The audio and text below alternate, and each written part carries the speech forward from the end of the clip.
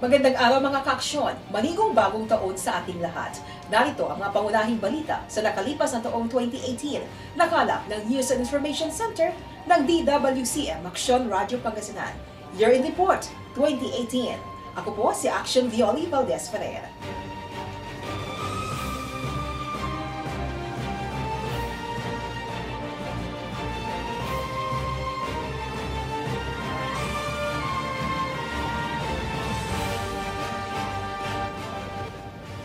Maraming mga aktibidad ang naganap dito sa buong lalawigan ng Pangasinan.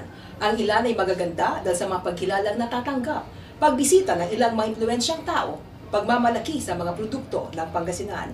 Hindi rin nagpahuli ang mga balitang may kinalaman sa politika, gaya na naging suspension order ng Ombudsman laban sa ilang mga opisyal. Narito ang ulat.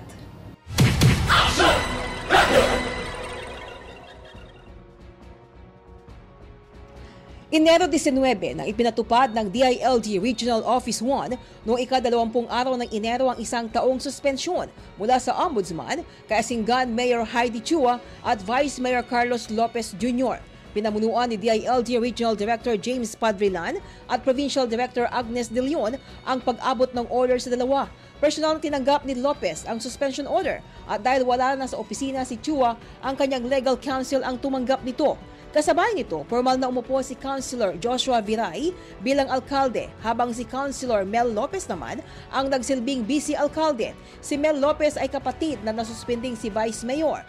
Oktubre 2017, nang pirmahan ni dating Ombudsman Conchita Carpio Morales ang suspensyon dahil sa reklamo ni Asingan Councilor Evangeline Durao na paglalagay ng mukha at pangalan sa ambulansya na pagmamay-ari umano ng Asingan LGU. 3 grounds ang ipinato ng Ombudsman sa dalawa: conduct prejudicial to the best interest of the service, simple misconduct, at paglabag sa Code of Conduct and Ethical Standards for Public Officials and Employees. Sa kahabaan ng suspensyon, walang sweldo at benepisyo sina Chua at Lopez. Pinanindigan naman ni Lopez na hindi pa umano tapos ang laban. Saad nito na maisinubmiti na silang motion for reconsideration patungkol sa issue. Bumisita noong February 19 dito sa lalawigan ng Pangasinan ang Consul and Head Post ng Consulate of the People's Republic of China in Lawag. Pakay ni Wang Jianquan sa kanyang naging pagbisita na mas pagtibayin palalo ang pakikipag-ugnayan ng Pilipinas at China. Alinsunod na rin umano sa mga epektibong hakbang na ginagawa ni Pangulong Rodrigo Duterte at Chinese President Xi Jinping. Pagsasad ng opisyal sa isang panayam sa Kapitolyo na sa mga nakalipas na taon ay naging matagumpay ang bilateral relation ng dalawang bansa. Aniya, umabot na sa $50 billion ang kabuuan na naging pakikipagkalakalan ng dalawang bansa noong nakarang taon. Dagdag pa niya na China ang pinakamalaking trading partner ng Pilipinas. Bukod sa Lawag ay sakop ng konsulada ni Jianquan ang ilang probinsya at syudad sa norte tulad ng Ilocos Sur, Isabela, La Union, Baguio at Dagupan City. Samantala ay inilibot ito ng mga kawani ng Provincial Tourism at Cultural Office ng Kapitolyo at doon ay piniliwanag sa kanya ang mayamang kasaysayan ng Pangasinan. Mangha-mangha naman si Jianquan sa mga development ng lalawigan.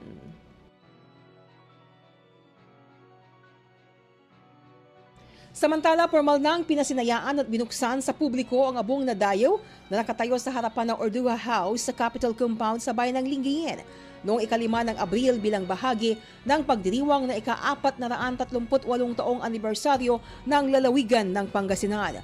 Ang naturang proyekto ay mula sa cash reward na natanggap ng probinsya sa pagkakapanalo ng Seal of Good Local Governance o SGLG Award ng Department of Interior Local Government o DILG na nasungkit ng Pangasinan sa mga nakalipas na taon.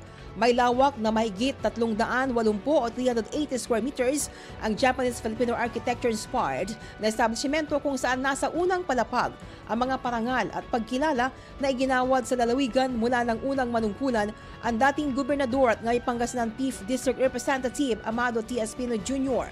Sa ikalawang palapag naman ay naroon ang ilang mga book-binded resolutions at ordinances na naipasa ng mga miyembro ng sangguniang panlalawigan at isang electronic library na maaaring gamitin upang makita ng mas madali ang mga nasa libro.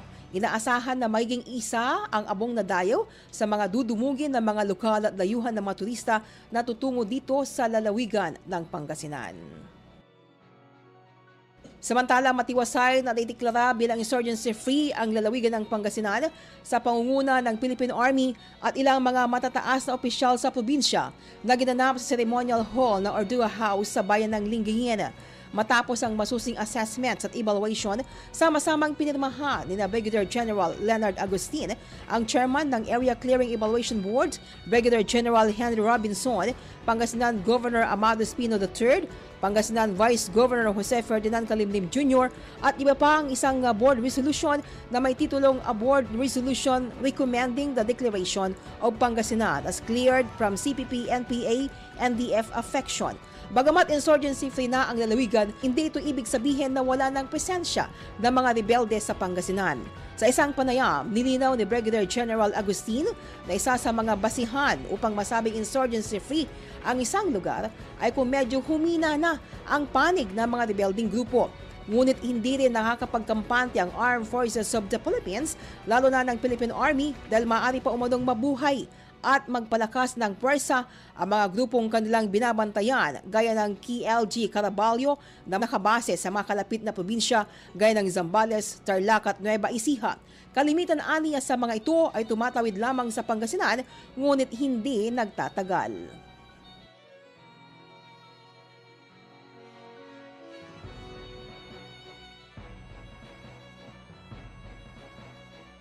Sa iba pang mga balita, muling kinilala ng Department of Interior Local Government o DILG ang pamahalaang panlalawigan ng Pangasinan sa 4 na magkakasunod na taon sa pamamagitan ng Seal of Good Local Governance o SGLG.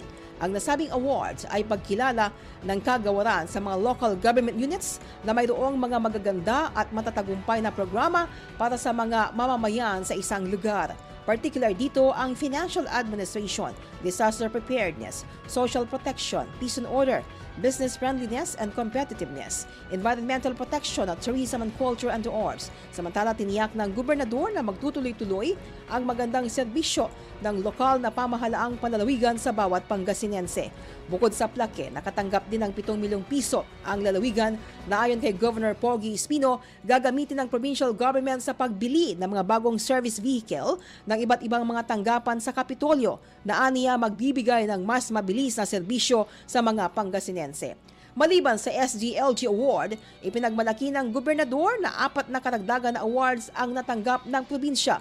Kinilala ang probinsya bilang Best 29th National Statistics Month o NSM Province Implementer, Regional Best Local Government Unit Advocate for Statistics, 28 NSM Awards, finalists of the 2018 Most Business-Friendly Local Government Unit Award Province Level, at katangi-tanging pagpupugay sa lokal na pamahalaan sa pagsasakatuparan ng Performance Challenge Fund as consistent recipient of Performance Challenge Fund for 2011 to 2013, 2015 to 2018. Hindi tinanggi ni Governor Pogi Espino III na mahirap makamit ang mga award na ito, lalo na ang SGLG Award. Lalong humihirap ang standard ng national government aniya, particular na ang Department of Interior Local Government, kaya mahirap umano kung magiging overconfident ang isang LGU.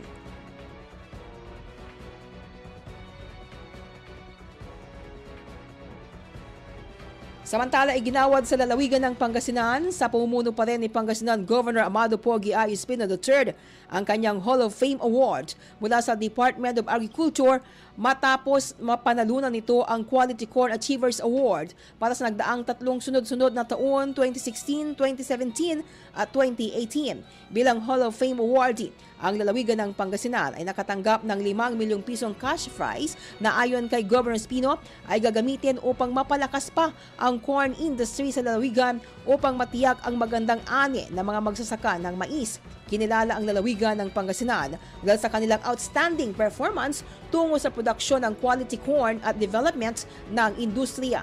Ang 2 pang bayan na ginawaran ng Quality Corn Achievers Award ay ang Santo Tomas at Alcala na Hall of Famer na rin. Ang iba pang awardee sa Pangasinan ay Outstanding Provincial Agriculturists na nakuha ni Ms. Dalisay Moya, Hall of Famer, Outstanding Provincial Corn Coordinator Venancio Valeroso, Hall of Famer. Outstanding Municipal City Agriculturist Crisanto J. Balila ng Santo Tomas, Pangasinan. Edgardo Tugas, Hall of Famer ng Alcala, Pangasinan. Outstanding Municipal City Corn Coordinators Ramil Bustamante ng Santo Tomas at Elizabeth Tobera, Hall of Famer ng Alcala, Pangasinan.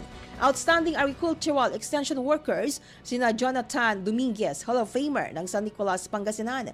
Zuzima Belmonte ng San Quintin, Pangasinan. Alicia Noche ng Santa Barbara at Enrique Manawis ng Balungao, Pangasinan. Ayon pa kay Governor Pogi Espino, ang karangalan na ito ay hindi lamang pagkilala sa probinsya, kundi pati sa efforts ng mga magsasaka. Ang 5 milyon na insentibo mula sa award ay dadagdag sa pondo ng sektor ng agrikultura. Ilalaan at ibabalik ito sa mga magsasaka upang sila ay matulungan sa produksyon ng mais.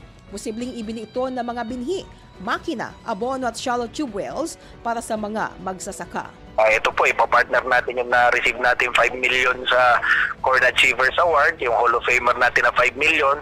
Iparis na naman po natin doon sa pondo natin ngayon sa na para nakalaan sa agricultural sector. Bili tayo ulit ng makina para sa patubig, bili tayong binhi, bili po tayo na abono.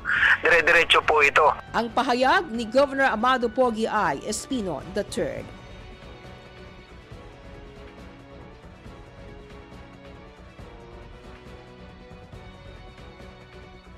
Bago magtapos ang selebrasyon ng Puto Festival 2018, ay natanggap ng munisipalidad ng Calasiao ang anonsyo ng Guinness World Record na nasungkit ng naturang bayan, ang largest rice cake mosaic.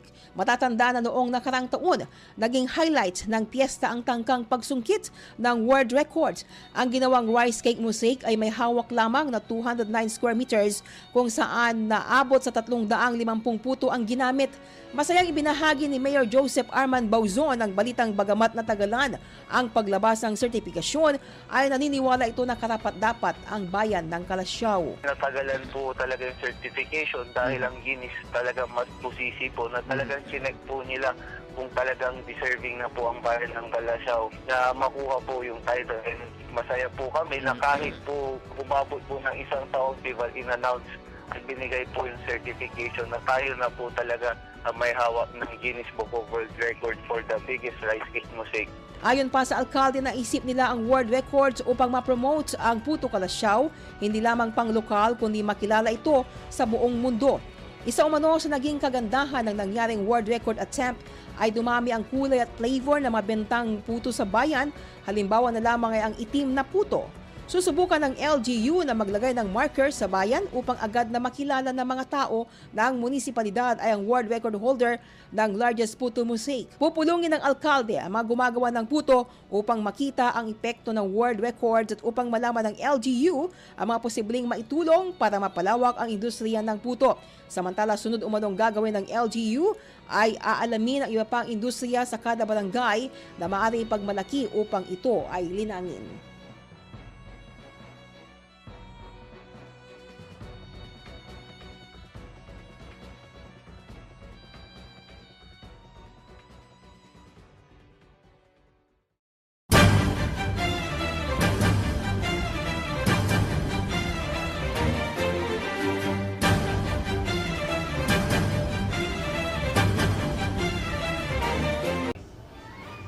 Ang lungsod na nagdagupan marahil ang maituturing na suki ng baha dahil sa 4 na beses na nalubog sa tubig ang syudad.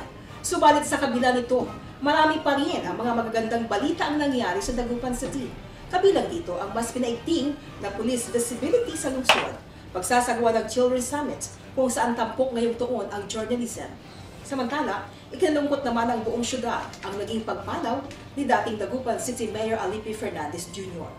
Ang ulat hatid sa atin ni Aksyon Ahikam Pasyon.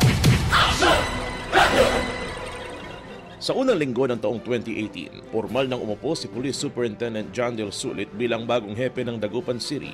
Siya ay naging kapalit ni Police Superintendent Franklin Ortiz na sa kasalukuyan ay nakadistino bilang hepe ng Malasiki PNP. Sa simpleng turnover ceremony na ginanap sa Dagupan PNP, nangako si Sulit na kanyang ipagpapatuloy ang best practices na nasimula ng Dagupan PNP sa ilalim ng pamumuno ni Ortiz, lalo na ang kampanya ni Pangulong Duterte kontra iligal na droga. Dagdag pa ni Sulit, naging maayos umano ang kanyang impresyon sa lungsod ng Dagupan. Pag-upo ni Sulit, agad siyang nagbaba ng kautusan sa buong puwersa ng Dagupan PNP na mas paigtingin ng mga ito ang visibility sa buong lungsod upang maiwasan ang mga insiden ng krimen. Bago manilbihan bilang hepe, ang 45 taong gulang na si Sulit ay naging chief ng Directorate for Investigation and Detection Management habang ito ay nasa Eastern Police District.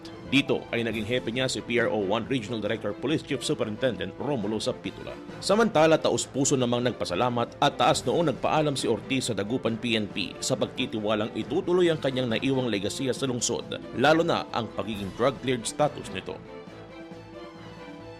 Formal na binuksan ng lokal na pamahalaan ng Dagupan City noong January 30 katuwang ang Department of Education ang 3 araw na Children's Summit on Journalism. Tinatayang 3,000 mag-aaral mula sa pampubliko at pribadong paaralan sa lungsod na nakilahok sa naturang aktibidad. Layunin ng Journalism Summit na mahasa at mabigyan ng karagdagang kaalaman ng mga mag-aaral na maging responsable at tapat sa pamamahayag, lalo na talamak sa panahon ngayon ng fake news. Sa naging pahayag ni Mayor Belen T. Fernandez, sinabi nito na ang tagumpay ng kabataan ay tagumpay din ng ating bayan, kaya't kanyang binibigyang importansya ang mga kabataan. Sa pamamagitan ng naturang summit, magkakaroon ng pagkakataon ng mga kabataan upang ipagpatuloy ang pag-aaral at paggamit ng positibong pagbabago.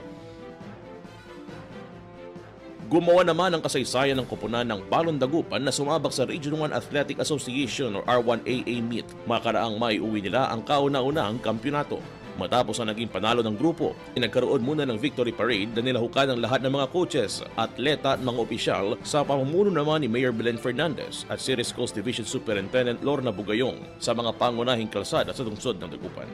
Nakapag-uwi ang Dagupan ng 71 gold, 51 silver at 34 bronze medals sa 2018 R1AA, kung saan nasilat ang korona mula sa defending champion na Pangasinan 2 na pumangalawa at Pangasinan 1 na nasungkit ang pangatlong pwesto. Sinabi naman ni Finella Sim, ang Executive Director ng Dagupan City Sports Commission, na hindi lang nanalo ang Dagupan sa annual sports event sa kauna-unahang pagkakataon, kundi naitala rin ang pang-14 na meet records pagdating sa swimming. Nakuha ng Balon Dagupan team ang 32 gold, 13 silver at 12 bronze medals sa swimming, 10 gold medals sa arnis, 7 naman sa gymnastics, 6 sa taekwondo at 1 sa boys basketball, 1 gold ring naman sa penchak silat.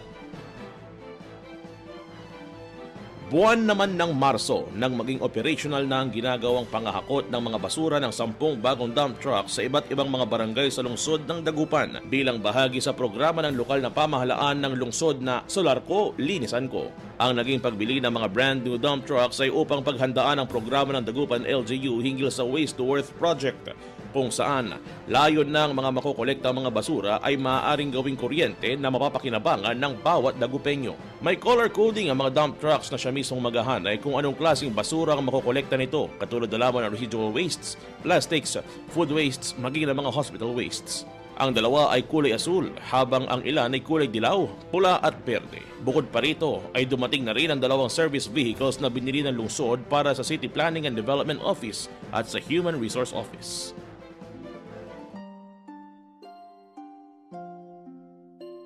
Sumapit naman ang Agosto 9. Nagluksa ang buong lungsod ng Dagupan dahil sa pagpanaw ng itinuturing na ama ng syudad na si dating Dagupan City Mayor Alipio Al Fernandez Jr. Namahinga na si dating Bureau of Immigration Commissioner Alipio Fernandez Jr. matapos ang mahigit 1 taong pakikipaglaban sa sakit na cancer. Alas 3 ng madaling araw sa petsang nabanggit na maalam na ng tuluyan sa ospital sa Maynila ayon sa kanyang anak na si Atty. Alvin. June 2017, nang madiagnose na may stage 4 cancer ang kanyang ama. Ilang beses din ito nagpabalik-balik ng pagamutan nitong mga nakaraang buwan bago tuluyang mamatay. Hindi na rin daw ito makakain ng maayos at laking may nakakabit na oxygen tank dahil sa hirap na talaga siyang huminga. Bago pumanaw, nakiusap daw ito sa kanyang pamilya na ituloy ang pagmamahalan sa isa't isa at isulat din sa kanyang obituary kung gaano nito kamahal ang lungsod ng Dagupan. Maraming netizen at kilalang mga personalidad, politiko at maging ordinaryong tao ang nagpaabot ng pakikiramay sa pagpanaw ni Mayor Al na tinaguriang ama ng lungsod ng Dagupan. Maraming mga bagay ang hindi makalimutan ng mga Dagupenyo sa dating mayor, lalo na ang kanyang pagiging amiable at pagiging peacemaker. Isinagawa ang public viewing sa mga labi ni Fernandez sa Casa Fernandez sa compound ng Ciudad Elmina Restaurant na pag-aari ng kanyang pamilya. Ngunit bago pa man ito ilibing, inilipat sa Dagupan City Plaza ang labi nito sakay sa truck para sa necrological service at public viewing naman sa City Museum. Si Mayor Al ang nagtaguyod sa lungsod ng Dagupan malapos sa 1990 killer earthquake. Tatlong terminong naging mayor noong 1992 hanggang taong 2001. Noong 2004 hanggang 2007 ay naging commissioner ng Bureau of Immigration ito. Naglingkod din bilang undersecretary ng DILG si Fernandez noong 2009 hanggang 2011. Isang maituturing na kasaysayan ang naitala ng lungsod ng Dagupan matapos na mapili at kilalanin bilang most child-friendly city sa buong bansa sa ilalim ng Independent Component City category. Mismong si Pangulong Rodrigo Duterte ang nagabot sa 2017 Presidential Award for Child-Friendly Municipalities and Cities sa isinagawang programa sa Heroes Hall sa Palasyo ng Malacanang.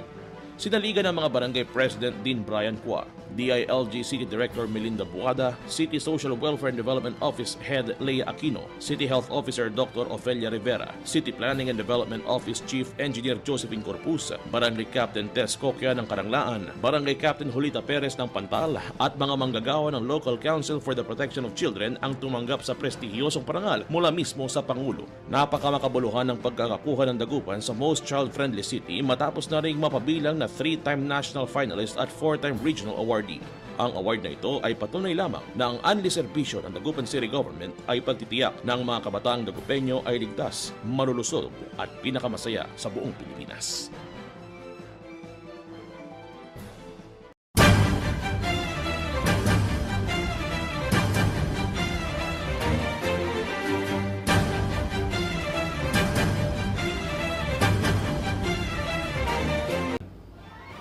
Ngayong taong 2018 din naganap ang pinakaabangang barangay at sangguniang kabataan elections na ilang beses na napurnada dahil sa ng Pangulong Rodrigo Duterte na ipagpaliban ito dahil sa issue ng ilang barangay officials sa buong bansa na sangkot umano sa illegal na droga.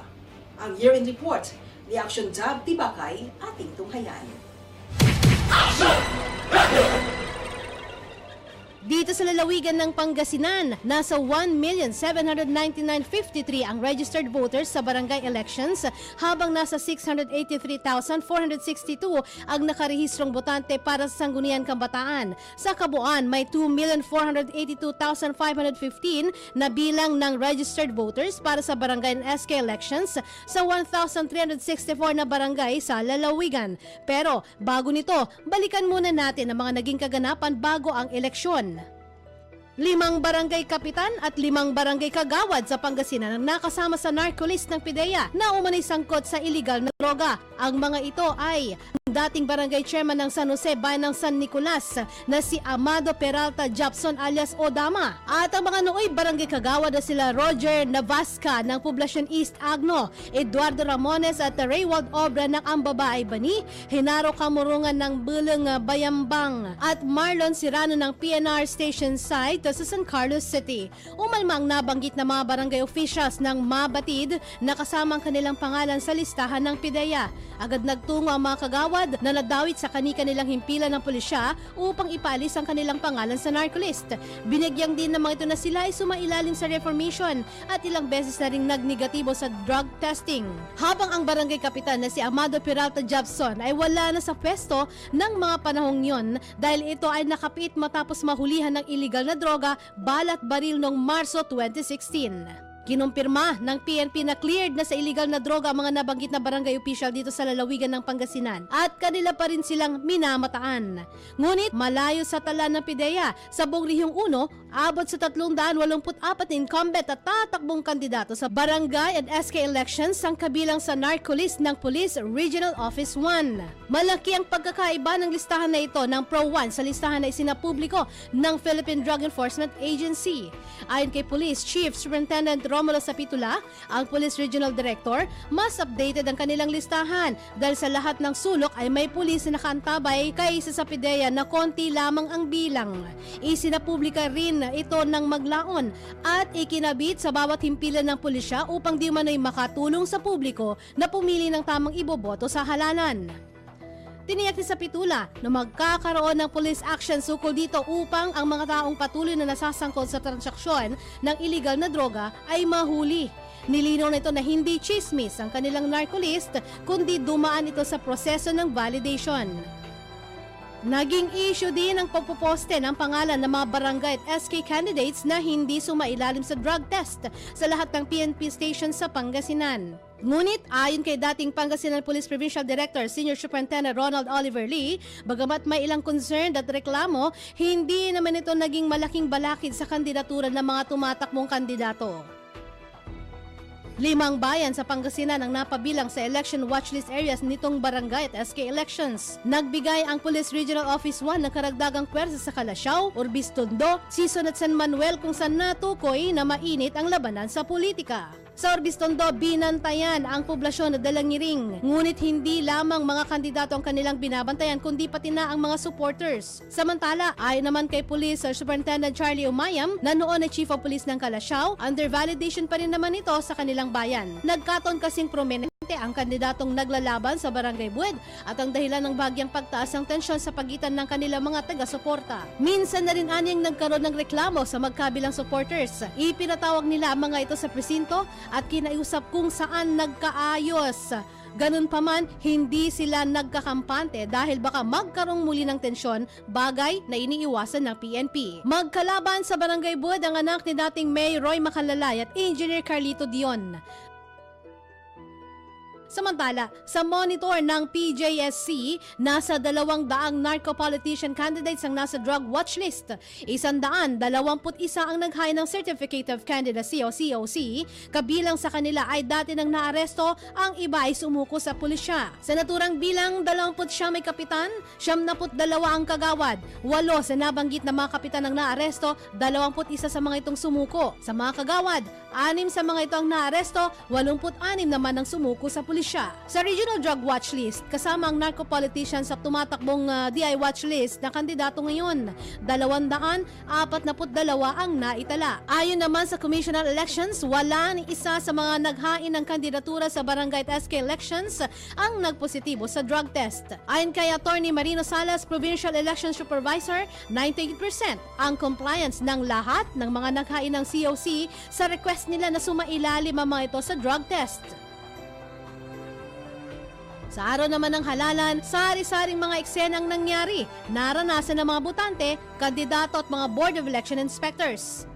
Ilan sa mga naitalang reklamo ay nakaboto na raw sa kanilang pangalan. Lahat na raw ng mga ito ay finorward nila sa COMELEC upang resolbahin.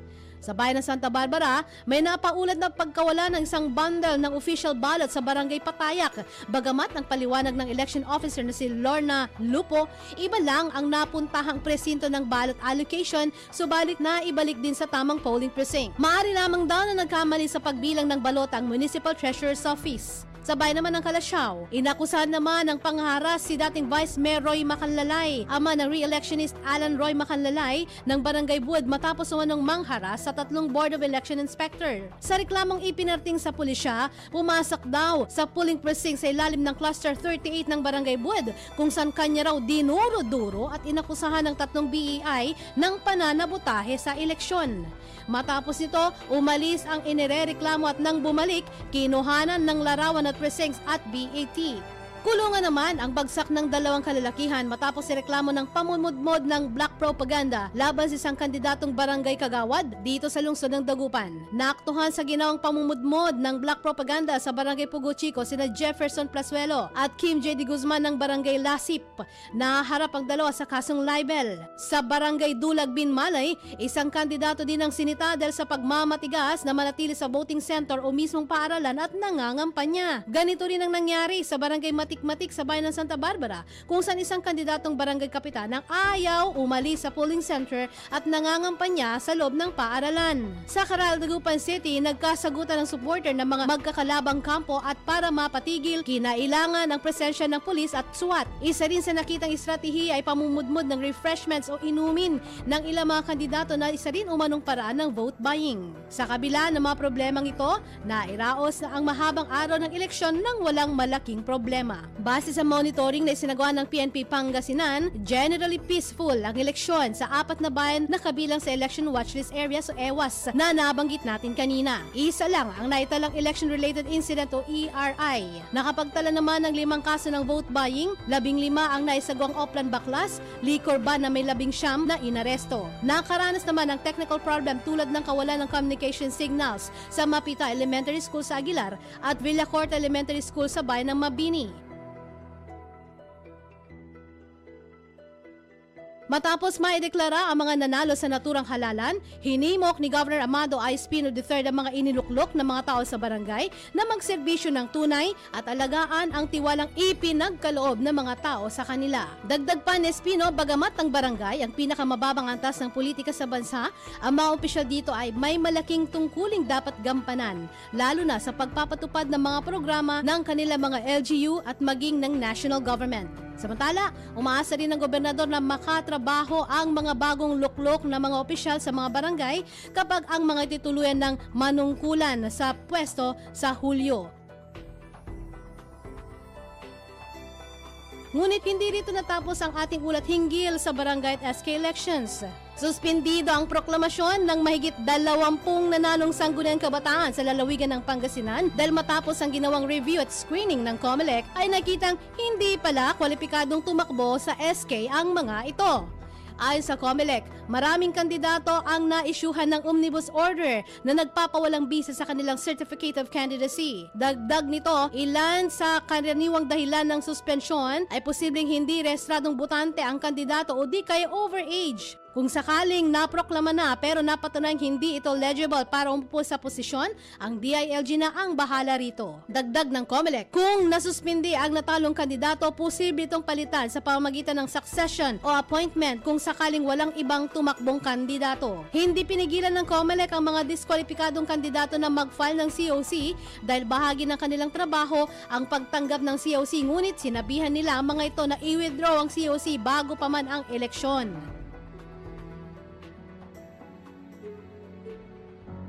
Ilang mga barangay officials din ang hindi nakaligtas sa karahasan. Ang iba nakaranas ng pangaras bago at matapos ang eleksyon. Nagtamo ng 9 na tama ng bala sa iba't ibang bahagi ng katawan ang dating barangay kapitan na si Larry Sumahit, Tubong San Juan sa bayan ng San Manuel. Sakay ng motorsiklo, binabaybay ng biktima ang barangay Dupak sa bayan ng Singgan. Nang tapatan nito ng riding in tandem criminals at pinaulanan ng bala. 11 basyo ng caliber 45 ang nakita sa lugar. Samantala, dead on arrival sa paggumutan ng incumbent barangay Kagawad ng Pinmaludpod, Urdaneta City. Nangyari ang insidente sa barangay Inamotan sa bayan ng Manawag, kung saan ang biktima ay nakilalang si Armando de la Cruz. Sakay ng kanyang kotse, binabagtas ng biktima ang barangay road sa Inamotan ng nasabing bayan nang 2 salarin sakay sa motorsiklo ay pinagbabaril ito. Na-recover ng mga pulis sa pinangyarihan ng insidente ang 6 na tingga at 21 basyo ng di patukoy na uri ng baril. Samantala, sa bisa ng search warrant, hinalughog ng CIDG Pangasinan at ng PNP Binmalay ang tahanan ng suspect na si Eduardo Alipio ng Barangay Basing, umani leader ng Alipio Group na sangkot sa gun running activities at gun for hire sa nabanggit na bayan. Kumandidatong Barangay Kagawad sa lugar ang suspect. Nakumpiska sa kanyang bayang isang caliber 38 revolver, fragmentation hand grenade, 2 bala ng kalibre 38 at isang canister. Nakaupo na at nakapagsimula na sa kanilang trabaho ang mga bagong halal na mga barangay kapitan, subalit sinawing palad naman ng iba na naging biktima ng pamamaslang. Binaril sa ulo ang nanalong kapitan ng Barangay Concordia sa bayan ng Burgos na kagagawa ng mga hindi kilalang mga salarin.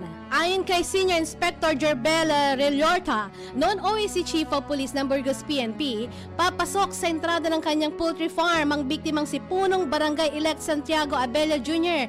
nang barilin ng 4 na beses. Napuruhan sa kanyang ulo ang biktima na dahilan ng kanyang pagkamatay. Dating liga ng mga barangay president si Abella at matapos muling mahalal bilang punong barangay, binanggit ang huling intensyon ng pagkandidato bilang liga president. Patay din sa pamamaril ang newly elected barangay kapitan ng Santo Domingo sa bayan ng Sual. Napuruhan ng biktimang si Froilan Molong Agbayani, 68 anyos. Ayon sa Sual PNP, nasa harapan ito ng kanyang bahay ng pagbabarili ng di kilalang mga salarin na sakay ng motorsiklo. Itinakbo sa pagamutan ng kapitan subalit hindi na umabot ng buhay. Na-recover ang 6 na basyo ng 9mm na baril sa crime scene. Si Agbayani ay dating third-termer barangay kapitan, nagpahinga at nahalal muli bilang kapitan ng barangay.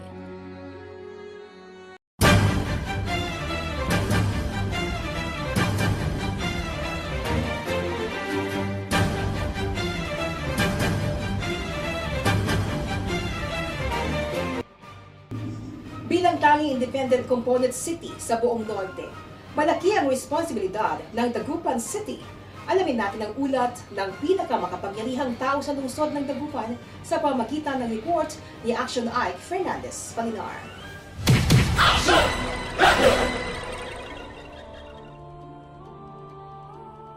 Nagbalik-tanaw sa kanyang State of the City address si Mayor Belen Fernandez. Sinariwa nito ang kanyang mga pangako at mga proyektong nagawa sa lungsod. Pag-asa at pagbabago.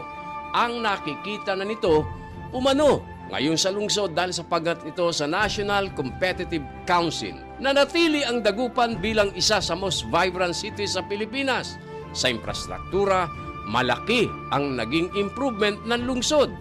Mula sa 76th place noong 2014, umakyat ito ng 16th place noong 2017.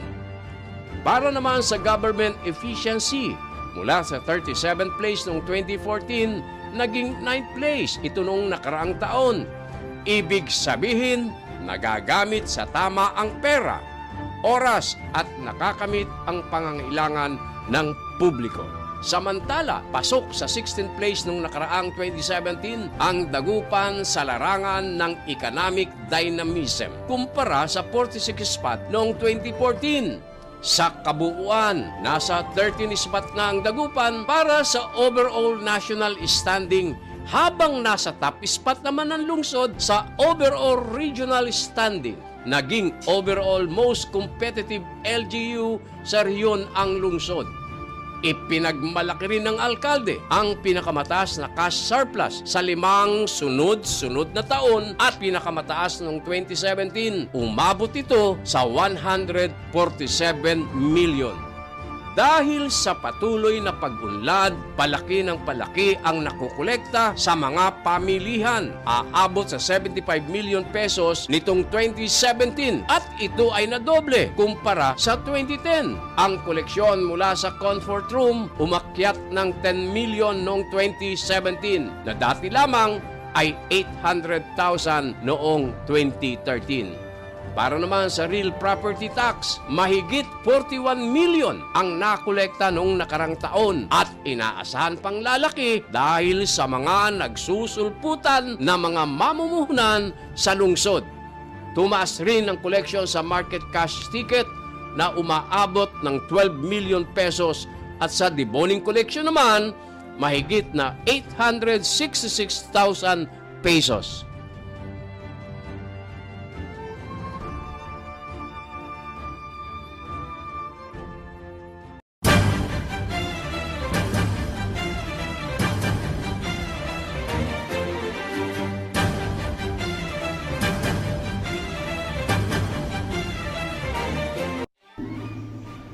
Isa sa mga pinakatampok na ito ay ang naging ulat ng ama ng lalawigan ng Pangasinan na si Governor Amado Pogi I. Espino III noong buwan ng Hulyo na kung saan ay ibinida naman niya sa kanyang ikalawang State of the Province Address o SOPA ang mga malaking infrastructure projects, healthcare programs at maraming iba pa. Narito ang ulat.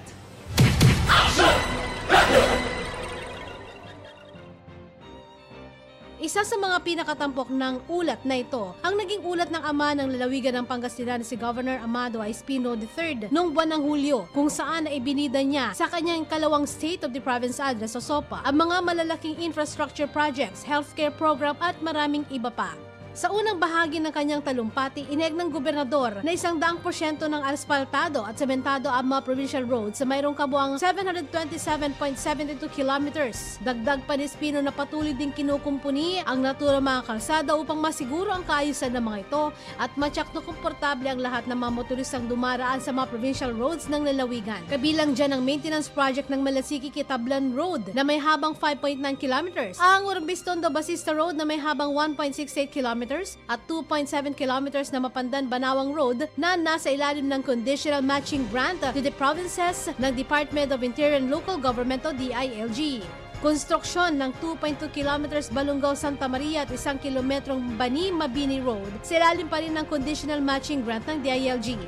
Tiniyak din ng gobernador na ang patuloy na ginagawang hakbang ng pamalang palalawigan upang matulungan ang mga magsasaka at mangingisda sa lalawigan. Sa kanyang State of the Province address, sinabi rin ni Espino na patuloy ang ginagawang mga proyekto ng lokal na pamahalaan ng Pangasinan na may kinalaman sa sektor ng agrikultura. Aniya sa pamamagitan ng Office of the Provincial Agriculture OPAG, natutulungan ang mga magsasaka at mga mangingisda sa lalawigan na mapalago ang kani-kanilang mga ani at kita. Sa pamamagitan ng Provincial Agriculture Office, tuloy-tuloy ang suporta natin sa mga magsasaka at mga isda ng ating lalawigan para lalong lumago ang kanilang ani at kita. Ibinida ng gobernador na simula noong 2017 hanggang sa kasalukuyan, nakapagpakawala ng OPAG ng abot sa 3.6 milyong tilapia fingerlings sa iba't ibang kailugan sa probinsya. Bukod pa sa mga yan, ang nasa 25,000 hito fingerlings na ipinamahagi mga palaisdaan sa lalawigan.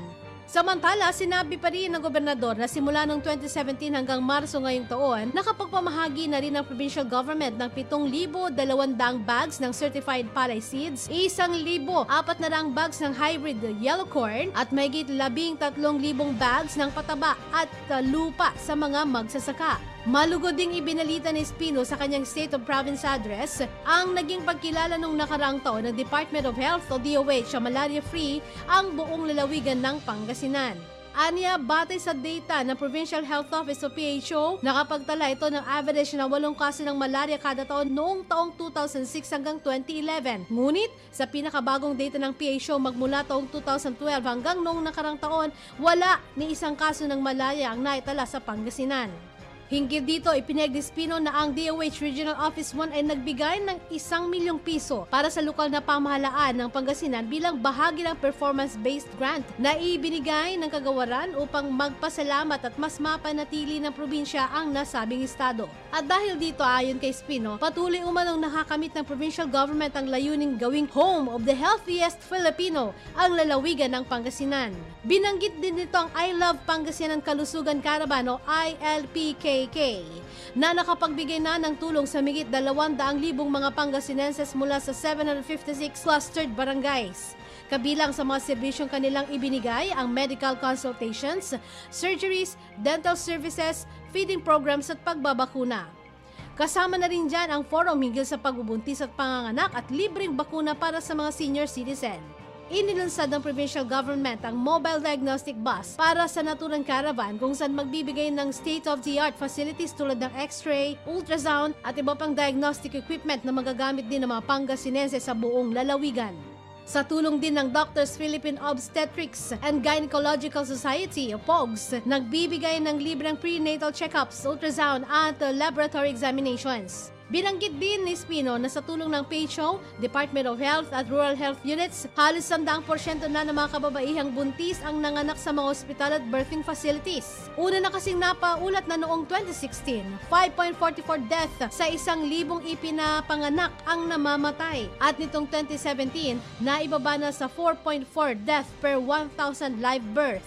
Samantala, napabilib ni Governor Amado Espino III si 4th District Congressman Christopher De Venecia sa dami ng kanyang mga naging accomplishment sa Pangasinan. Sa halos 2 oras sa State of the Province address ng gobernador, ibinalita nito ang lahat ng mga nagawa at ginagawang proyekto ng mga heart ng sektor at distrito. Ayon pa kay De Venecia, hindi lamang nito ipinagpatuloy ang mga proyekto ng nakanang administrasyon, kundi dinagdagan pa nito. Gumawa rin umano ito ng sarili nitong pangalan at ipinakita kung ano ang tunay na kahulugan ng isang totoong leader.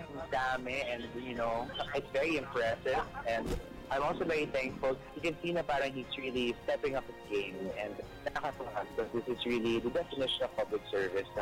And not naman to rain on the parade of the previous generation of my dad, and also of his dad, si Kong's fine, pero it's nice na parang there's continuity, but then there's also like innovation. Nagkakatugma ang mga proyekto ng gobernador at ni Congressman De Venecia sa ika-4 na distrito, bagay na ikinatutuwa ni De Venecia. Sabik din itong makita ang kabuuan ng 2018 at ng 2019 dahil sa dami ng proyekto na para sa ikabubuti ng taong bayan. Samantala, binigyan din nito ng nabanggit ng gobernador sa barangay official sa isang tabi munang iringan o pagkakaiba dahil mas maraming makakamit na magagandang bagay kung nagtutulungan kaysa sa hindi nagkikibuan dahil sa politika o anumang away.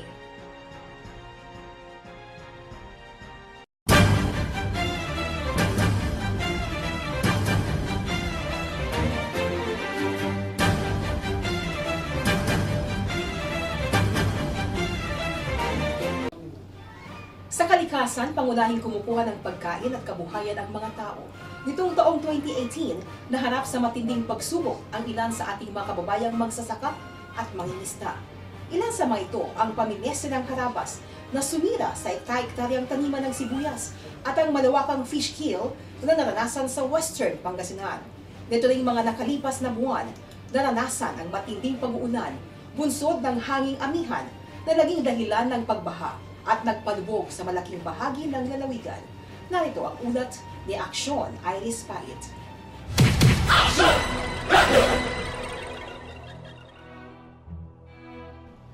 Buwan ng Pebrero ng matinding lugi sa kita ang sinapit na mga magsasaka ng sibuyas sa Pangasinan.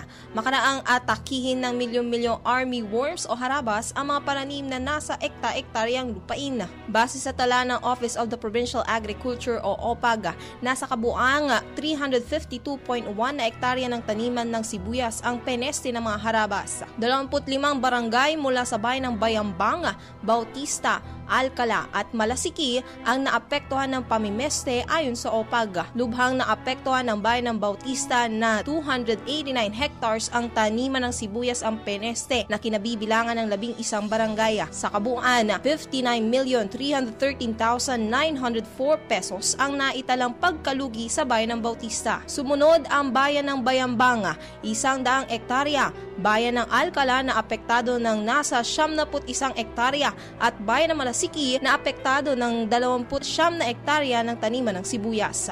Nasa 282 ektarya ang tinataniman ng pula at puting sibuyas sa Bautista, habang nasa 1,480 ektarya naman ang tinatanimang sibuyas sa Bayambang. Kaugnay nito, inirekomenda ng Agriculture Office sa mga farm technicals na gumagamit ng synthetic pesticides sa mga tanim na tumutubo pa lamang. Nabisuhan naman ang mga magsasakang apektado ng bulb rot ang tanim na magpatupad ng crop rotation at iwasan na taniman ang parehong lugar para di magpabalik-balik ang sakit ng sibuyas. Namamahay ang uod sa madamong pilapil at umaatake kapag nag-umpisang magtanim ang mga magsasaka. Ayon naman sa Department of Agriculture, nagpaparami ng itlog ang mga army worms sa napakatagal na tagtuyot matapos ang ulan.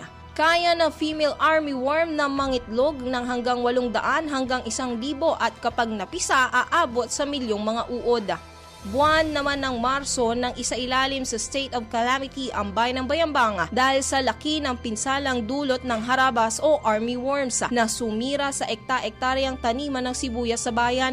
Ayon kay Municipal Councilor Amor Junio, chairman ng Committee on Disaster Management, na base sa assessment report na ibinigay ng OIC Municipal Agriculture Officer na si Art Bueson, 40 barangay o katumbas ng 857.46 hectares na taniman ng sibuyas ang apektado ng pamimeste ng army worms.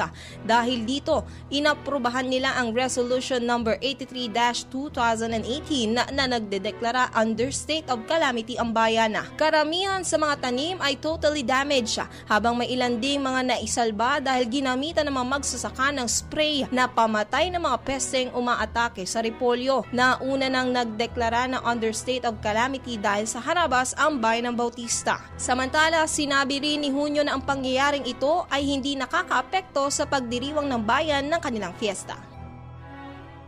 Malaking mga hakbang ang ginawa ng mga otoridad ngayong 2018 upang sa gayon ay makahinga ng maluwag at makarecover ang mga natural na yaman ng bansa, kabilang narito ang Pangasinan.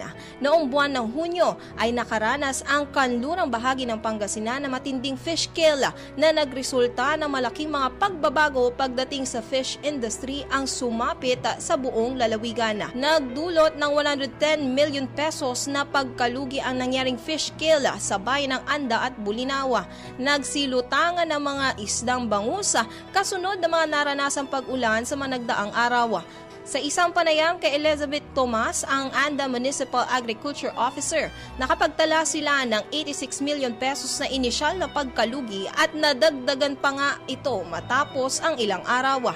3 barangay din sa Anda ang nakaranas ng fish kill na kinabibilangan ng Malong, Awag at Siapara. Apektado naman ang Barangay Luna, Kulang at Luciente 2 sa bayan ng Bolinao. Ayon kay Florante Garcia, ang aquaculture technician ng Bolinao Agriculture Office, 67 mula sa 250 fish cages sa kanilang lugar ang apektado.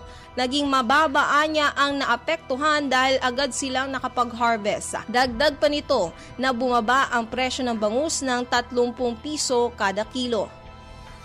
Sinabi naman ni Dr. Wesley Rosario, ang Chief ng Bureau of Fisheries and Aquatic Resources sa National Integrated Fisheries Technology Development Center, na nangyayari lamang ang fish kill kapag sumadsad ang oxygen levels dahil sa biglaang pagpapalit ng temperatura.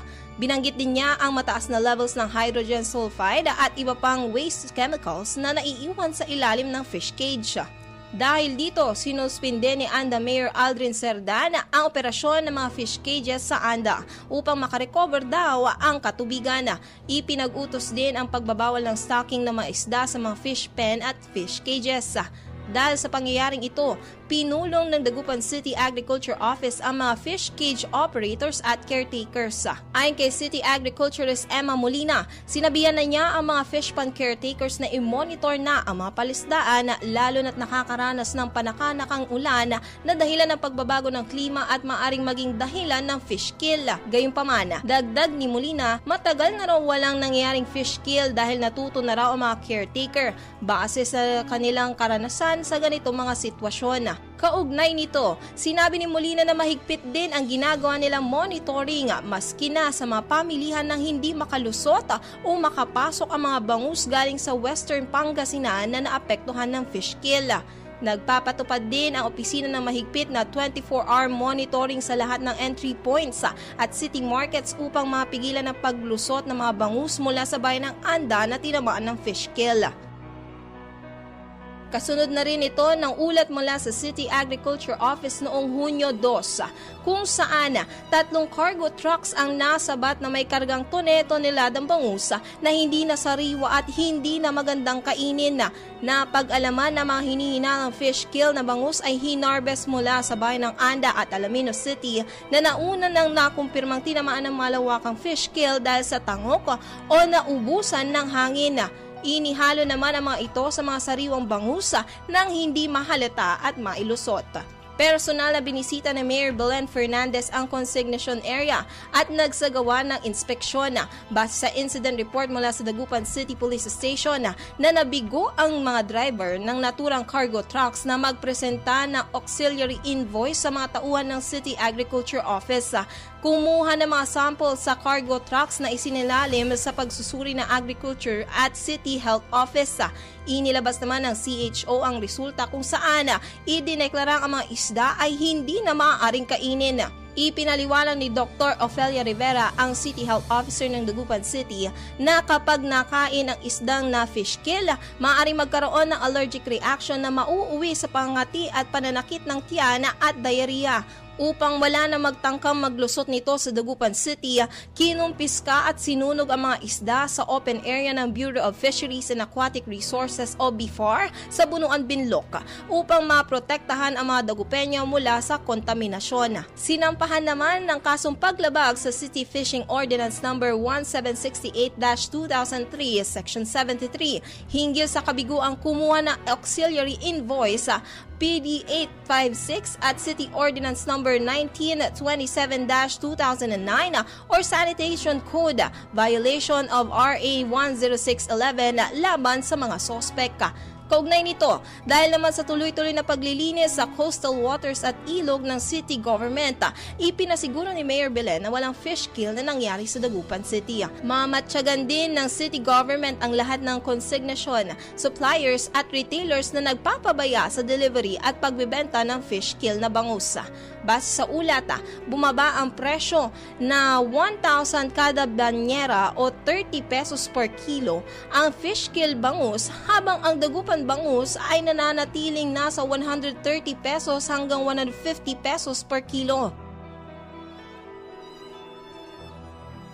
Dahil naman sa nangyari sa Bulinaw, binaklas ang mga istruktura sa 3 barangay na apektado ng fish kill. Sinunod na rin ng local government unit dito ang Regional Law Enforcement Coordinating Committee Subcommittee on Fishing and Marine Environment Protection Resolution na nagsasabing kailangan magpatupad ng no fish pen policy. Ipinagbawal na rin sa loob ng 2 taon simula January 2019 ang fish pen at fish cages sa Barangay Luciente 1, Luna at Kulanga upang bigyan daan ang rehabilitasyon. Ayon sa Department of Environment and Natural Resources, 5 mg per liter ang normal dissolved oxygen sa fish cage o fish pen. Ngunit sa mga apektadong lugar ng fish kill, nasa 2.5 hanggang 3 mg pa lamang ito. Ayon kay Bulinaw Municipal Agriculturist Paquita Estrella, ang pagbabaklas at pagbabawal ng istruktura sa baybayin ay utos ng alkalde at ng DENR.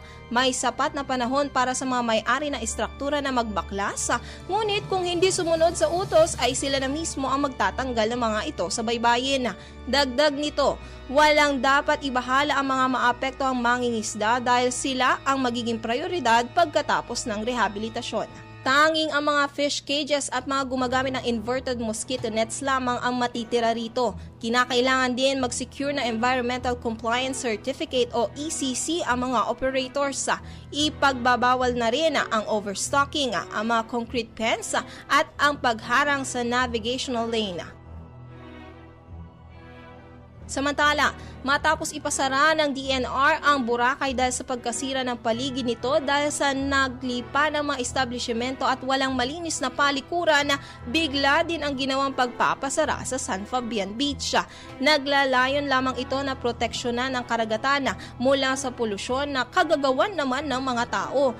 Para maliwanagan sa hakbangin na ito ng DNR, ipinatawag at pinagpaliwanag ang mga opisyal ng binanggit na kagawaran patungkol sa ginawa nilang bigla ang pagpapasara sa San Fabian Beach. Kabilang sa mga humarap sa regular session ng Sangguniang Palalawigan, sina Provincial Environment and Natural Resources Officer OIC Engineer Raimundo Gayo, Community Environment and Natural Resources Officer Celso Salazar at Vice Mayor Leopoldo Manalo na kumatawan kay Mayor Constante Agbayani ng San Fabian. Sa kanyang pagsasalita, sinabi ni 4th District Board Member Liberato Villegas na nabigla na lamang sila na napapanood sa telebisyon at napapakinggan sa mga radyo ang ginawang pagpapasara sa beach kung saan naglagay ang DNR ng barikada at ipinagbabawal ang pagpasok ng mga sasakyan sa lugar. Hinaing niya, hindi man lang daw sila sinabihan sa ganitong hakbangin ng DNR, ikinababahala rin nila ang hakbangin na ito dahil malaking kawalan sa kabuhayan ng mga residente. Samantala, ipinaliwanag naman ni Engineer Raimundo Gayo ang mga legal na hakbangin sa pagbabawal na pumasok at pumarada sa San Fabian Beach ang anumang uri ng sasakyan. Kanyang binigyang diin ang pagsunod nila sa Executive Order 192 kung saan nakasaad na ang kanilang ahensya ang responsable sa conservation, management, development at proper use ng environment and natural resources. Ganon din ang pagsasagawa ng exclusive supervision at control sa mga forest lands, alienable and disposable lands at magpataw ng kaukulang taxes, charges, lease at rentals para sa anumang development, utilization, exploration at pagkuha ng iba pang resources. Ang kanilang hakbang ay resulta ng isinagawang Coastal Watch Summit na isinagawa ng DNR Region 1 Office kaugnay na environmental issues sa Region 1 na ang layunin ay tignan kung tama ang pamamahala sa mga coastal areas at kung legal ang mga isinasagawa mga development.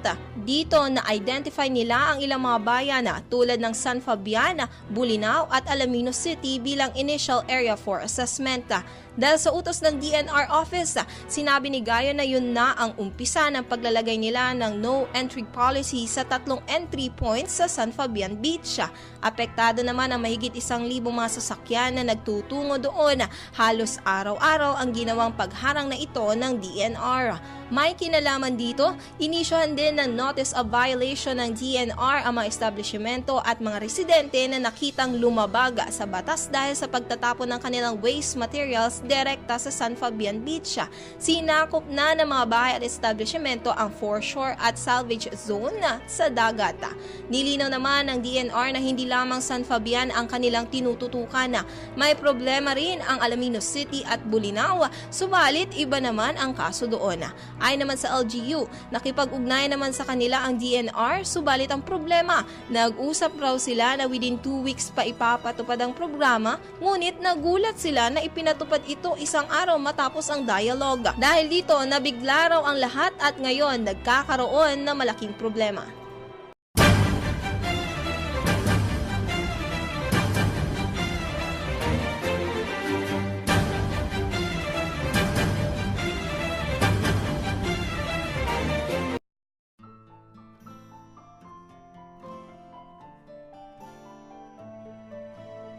Nakapagtala rin ng taong 2018 na matitinding mga bagyo at pag-ulan dulot ng habagat at hindi rin nakaligtas ang Pangasinan sa matinding hagupit nito. Halos matatapos na ang buwan ng Hulyo, subalit nakaranas ng matinding pag-ulan dahilan upang malubog sa baha ang malaking bahagi ng Pangasinan. Pumasok sa bansa ang Bagyong Gardo sa lakas na 200 km/h at pabugsong-bugsong merong 245 km/h. Hindi man ito tumama ng direkta sa lupa, subalit nagdulot ng tuloy-tuloy na pag-ulan. Dito rin nagumpisang tumaas ang water level ng San Roque Dam. Sumunod ang Bagyong Henry na nagtuloy-tuloy sa habagat dahilan para itaas ang blue alert level sa Marusay River ng bayan ng Kalasyaw. Ipinag-utos ni Pangasinan Governor Amado A. Espino III ang pagsuspinde ng klase all levels sa pampubliko at pribadong mga paaralan upang masiguro na rin ang kaligtasan ng mga estudyante. Itinaas ng Provincial Disaster Risk Reduction Management Council sa Blue Alert status ang Pangasinan. Regular sila nagsagawa ng monitoring dahil sa patuloy na pagbuhos ng ulan. Ayon sa PDRMC, 2 ilog ang biglaan ng pagtaas ng level ng tubig. Ito ay ang Marusay River at sa Mabini. Naglikas din ng mga residente sa mga mababang lugar sa bayan ng Bani.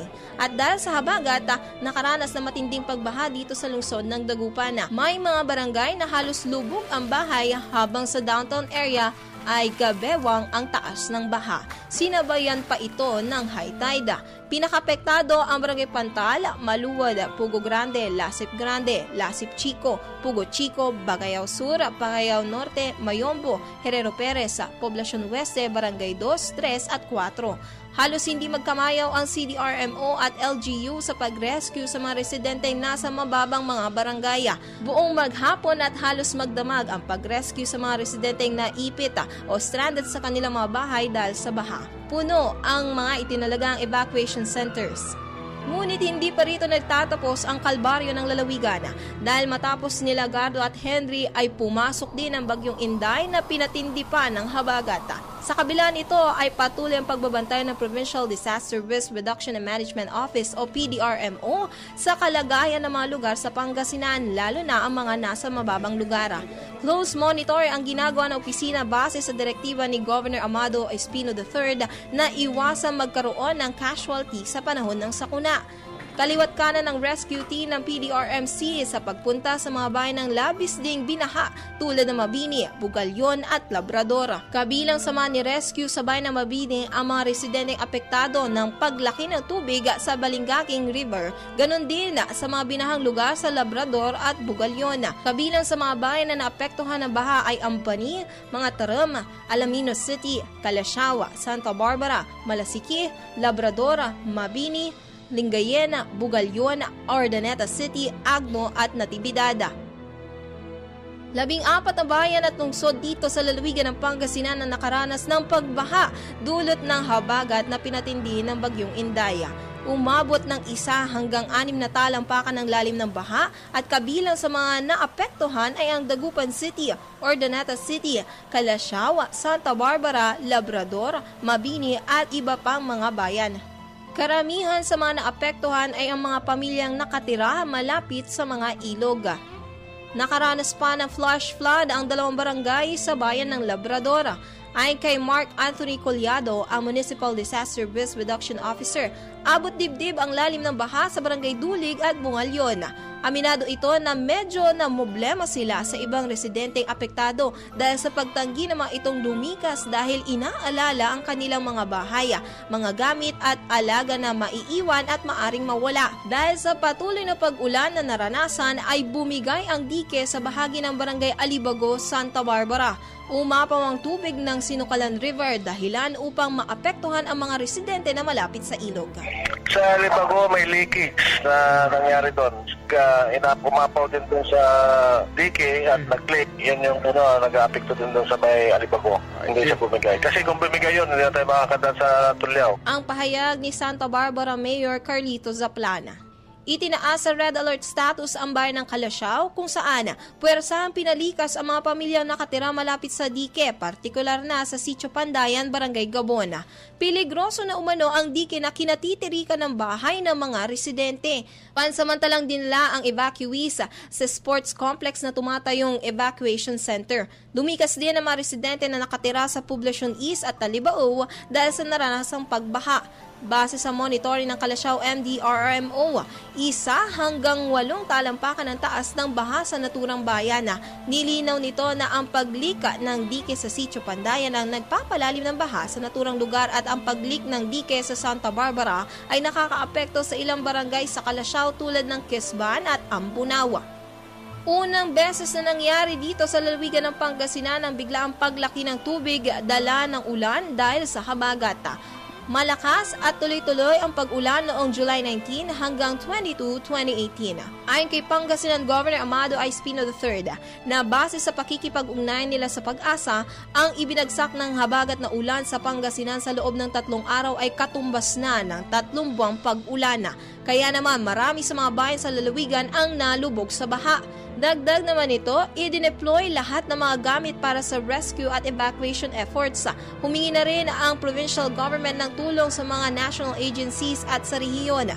Ganon din nakaantabay lahat ng departments. Kaugnay pa rin ito, nanawagan si Governor Espino sa mga kapitan na kausapin ng mga kabarangay na iwasan na munang bumalik sa kanilang mga bahay kung talagang binabaha at kung hindi man maiwasan, iwan sa evacuation centers ang kanilang asawa at mga anak. Mga lalaki na lang ang tumingin sa kanilang tahanan kung ito ang kanilang inaalala. Sa bayan ng mga Taram, nasa 10 barangay na binubuo ng 13 pamilya ang inilikas dahil sa pagtaas ng tubig. 89 naman na pamilya ang inilikas sa bayan ng Calasiao na mula sa 19 na barangay. Dagdag ni Governor Espino, regular ang kanilang pakikipag-ugnayan sa pamunuan ng San Roque Power Corporation para sa update ng water level sa dam nang hindi mangamba ang mga Pangasinense patungkol sa paglabas ng tubig. Dahil sa matinding pagbabaha, idineklara na rin ng lungsod ng Dagupan ang state of calamity. Base sa Resolution No. 5651, ang baha na dulot ng 4 na araw na pag-ulan ay sanhi ng hanging habagat at ng bagyo na nakakaapekto sa Luzon. Mayroong 7 evacuation centers ang lungsod kung saan pansamantalang nanuluyan ang mga residente, katuwa ng City Disaster Risk Reduction and Management Office, ang City Social Welfare Development Office sa pagmamonitor at pagbibigay ng makakain para sa mga inilikas na pamilya. Nanawagan si Dagupan City Mayor Valenti Fernandez sa mga Dagupeño na manatiling maingat. Isinailalim din sa state of calamity ang lalawigan ng Pangasinan. Sinabi ni Provincial Board Secretary Attorney Verna Nava Perez na inaprubahan sa isinagawang special session ng Sangguniang Palalawigan ang Provincial Resolution No. 437 na nagdedeklara sa Pangasinan under state of calamity dahil na rin sa mga damyos na idinulot ng ulan na dala ng Bagyong Inday at Tropical Depression Josie. Nakasaad sa nasabing resolusyon na malaking damyos ang idinulot ng 2 sama ng panahon na ito sa agrikultura at infrastruktura. Maraming barangay din ang binaha dahil sa 2 bagyo. Sinabi naman ni Board Member Ming Rosario ng ika-4 na distrito na ang inisyal na pinsala sa agrikultura na naitala ng Provincial Disaster Risk Reduction and Management Office ay nasa 648 million pesos habang 435 million pesos naman sa infrastruktura na may kabuuang mahigit sa 1 bilyong piso. Nasa mahigit 97 million pesos naman ang luging naitala ng Office of the Provincial Agriculture sa sektor ng agrikultura at ng aquaculture. Sa palay, mahigit 5,000 ektarya ang kabuang lawak na napinsala sa 15 mga bayan at lungsod sa Pangasinan at mayroong 1,844 na tonelada ang estimated volume ng production loss o katumbas ng mahigit 85 million pesos na pagkalugi.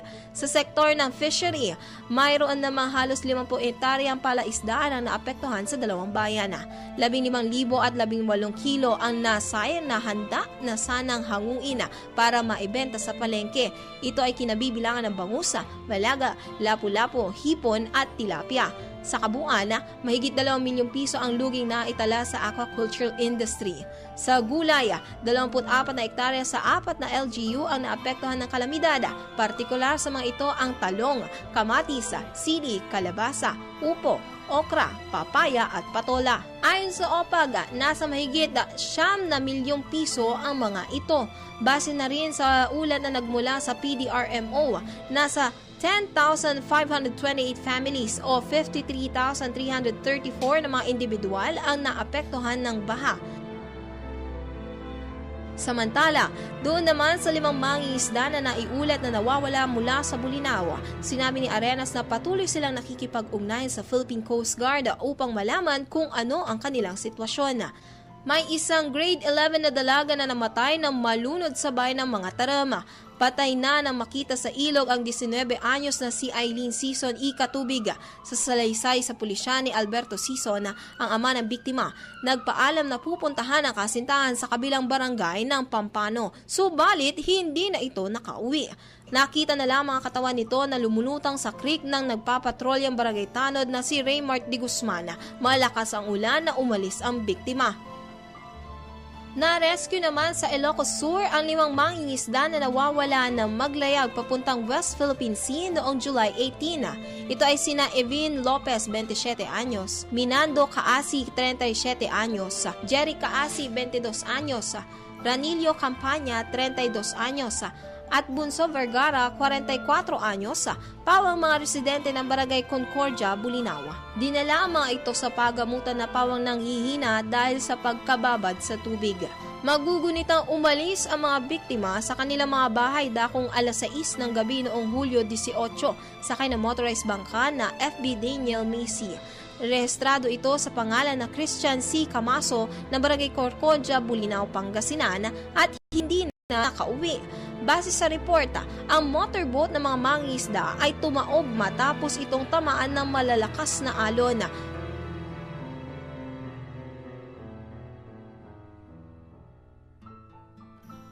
Unti-unti pa rin bumabangon sa mga nakalipas na kalamidad ang Pangasinan, ngunit muli itong sinalanta ng bagyo.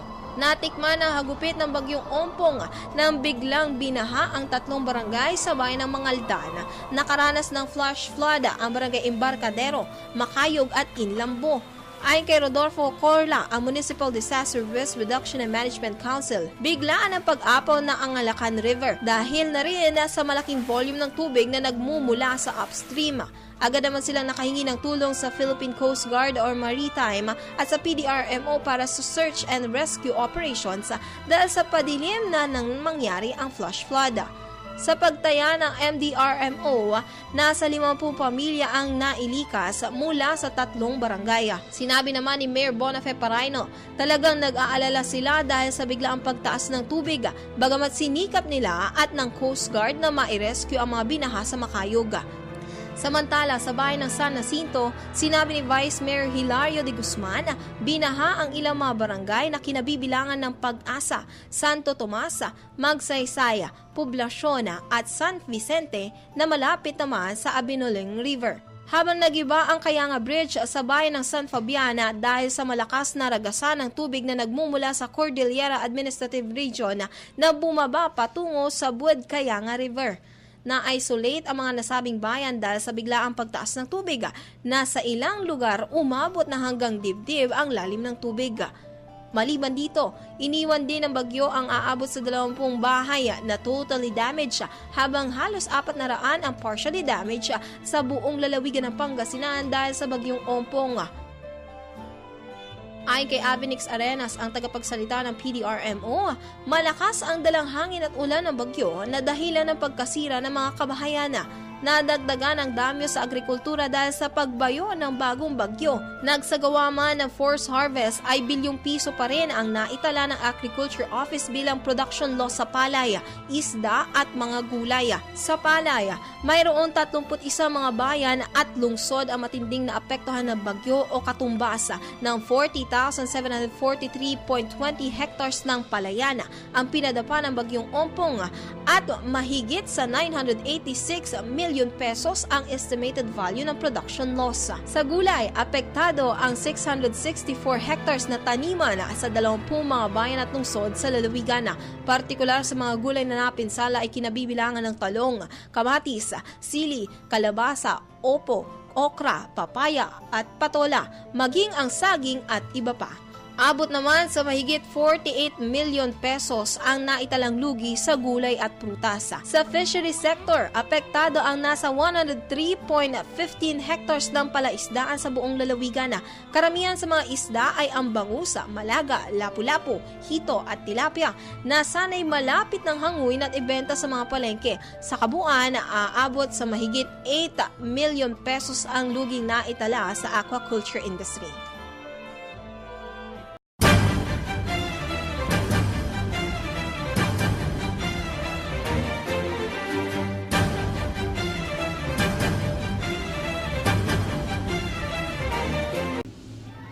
Ang paaralan ang maituturing na ikalawang tahanan ng isang bata. Ngunit ngayong taong 2018, nakaranas na ilang pagkaantala ang mga mag-aral dahil sa ilang problemang sumapit sa mga ito. Year in Report ni Action Jerry Pasiliao, inyong tunghayan.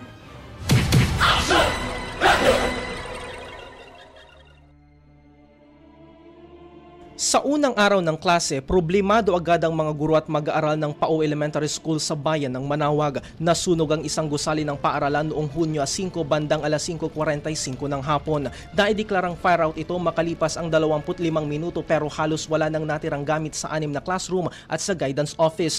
Partially damaged naman ang kanilang library. Ang ikinalulungkot ng mga teacher kasama sa nasunog ang records ng nasa 500 mga mag-aaral ng eskwelahan na nakatago sa guidance office. Ayon sa BFP, posibleng sa naiwang nakasaksak na water dispenser ang pinagmulan ng sunog at mabilis kumalat ang apoy dahil gawa sa light materials ang bahagi ng classrooms. Pero ayaw naman itong kumpirmahin ng teachers dahil nakaugalian na rin daw nilang patayin ang circuit breakers sa bawat classroom. Na-inspect na rin daw ito ng BFP bago pa magbukas ang klase at gayon din noong eleksyon. Pinag-usapan naman kung sususpendihin ang klase dahil apektado ang classrooms na tinutuluyan ng grade 4, 5 at 6. Ayon naman kay DepEd Pangasinan 2 Division Superintendent Atty. Donato Balderas, patuloy ang pagsasagawa nila ng damage assessment sa nasunog na school building at kanilang isusumite ang report sa Department of Education upang makahingi ng quick response fund at uumpisahan na ang paggawa ng panibagong school building. Maganda naman anyang agad na nagresponde ang provincial government kung saan nagpadala ng mga monoblock chairs at tables. Ang na-damage po ay ang na-dispeso ay 6 na rooms. Marami na hong commitment. Nag-commit ho ang provincial government ng mga equipment at saka mga armchairs. Ang mga tao po natin, pinapunta ko rin ho sa iba't ibang schools na malapit. Tinitignan kung may makuhang mga armchairs.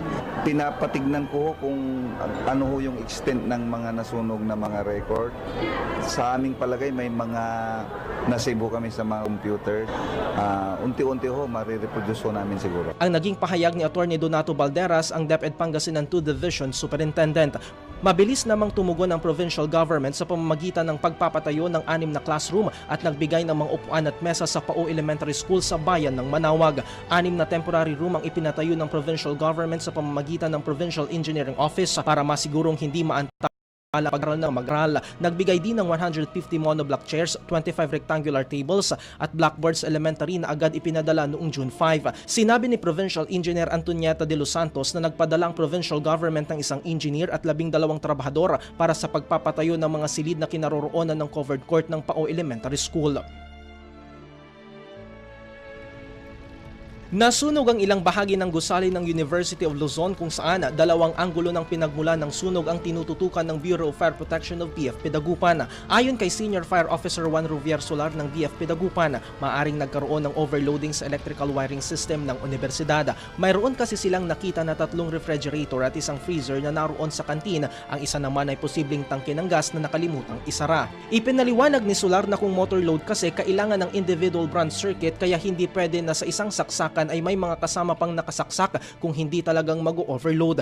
Dagdag pa niya ito ang nangyari sa UL kaya may sinasabing may sumabog ay dahil naipon ng pressure sa kisame gawa ng naipon na usok at apoy noong makagawa na ng butas ang BFP doon, lahat ay lumabas. Pero sa inanin tayo sa kidiman kanya na agang ganoy intayak tuod gubid waman lara may putangtan apoy ag tayo naneneng na bimigay lara man so ara may copper tube na ara may split type ya air condition da siyempre simengaw la may preyon to asa kaya trigger lamang man ya may talagang mampabalag na apoy. Ang karagdagang pahayag ni SFO Juan Ruvier Solar, kabilang sa mga naapektuhan ng sunog ay ang Registrar's Office, President's at Vice President's Office, pero higit na napinsala ang kantinto at ang katapat nitong opisina at ngayon ay pare-parehong hindi magamit. Ito na ang pangalawang insidente ng sunog na nangyari sa UL. Una ay noong December 2003 kung saan mas malaki ang sunog dahil sa mas mataas na bahagi ng universidad ang nasunog at wala raw noong gamit na boom ang BFP. 4 na paaralan din sa lalawigan ng Pangasinan ang magkakasunod na nabulabog ng bomb threat sa buwan ng Oktubre. Una rito ay ang bomb threat sa Metro Dagupan Colleges sa bayan ng Mangaldan. Ayon kay Mangaldan OIC Chief of Police J. Baybayan, isang miyembro ng faculty ang nakatanggap ng bomb threat kung saan nakasaad sa isang text message na sasabog ang admin building. Dahil sa insidente, humingi agad ng tulong sa bomb squad ng Pangasinan Police ang paaralan at pinalipat sa kabilang gusali ang mga guro at mga estudyante. Sinuyod ng mga miyembro ng Explosive and Ordnance Division ang mga silid kasama pa ang isang K9 dog subalit wala namang nakitang bomba.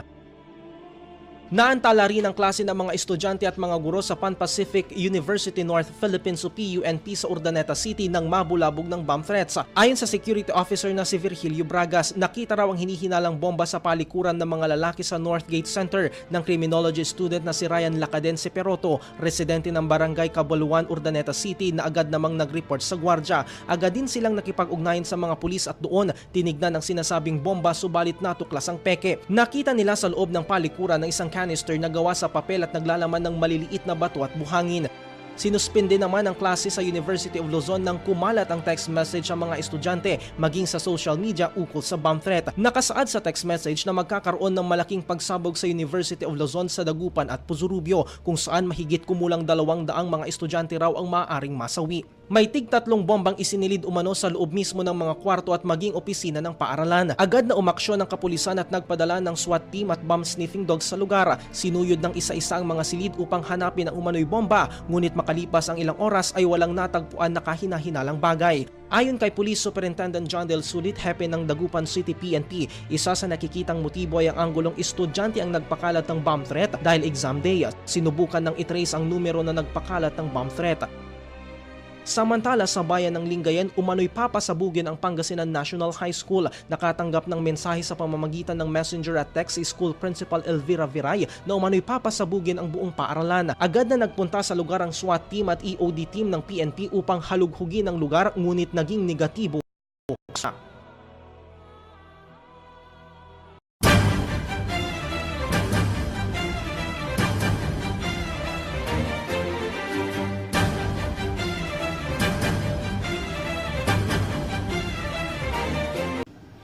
Inaasahang magiging maganda ang laban ng eleksyon sa susunod na taon dito sa lalawigan ng Pangasinan. Dahil na rin sa mga nagpahayag ng interes upang makatakbo sa gaganaping May 13, 2019 midterm elections. Marami sa mga kilalang personalidad sa probinsya ang nag-file ng kanilang mga certificate of candidacy mula gobernador o kongresista, gobernador pababa hanggang sa mga municipal at city councilors. Kaagapay naman ng COMELEC ang buong pwersa ng kapulisan sa lalawigan sa naging filing ng COC ng mga kandidato upang matiyak na payapa ang halalan. Narito si Aksyon Dante Sena para sa kanyang ulat.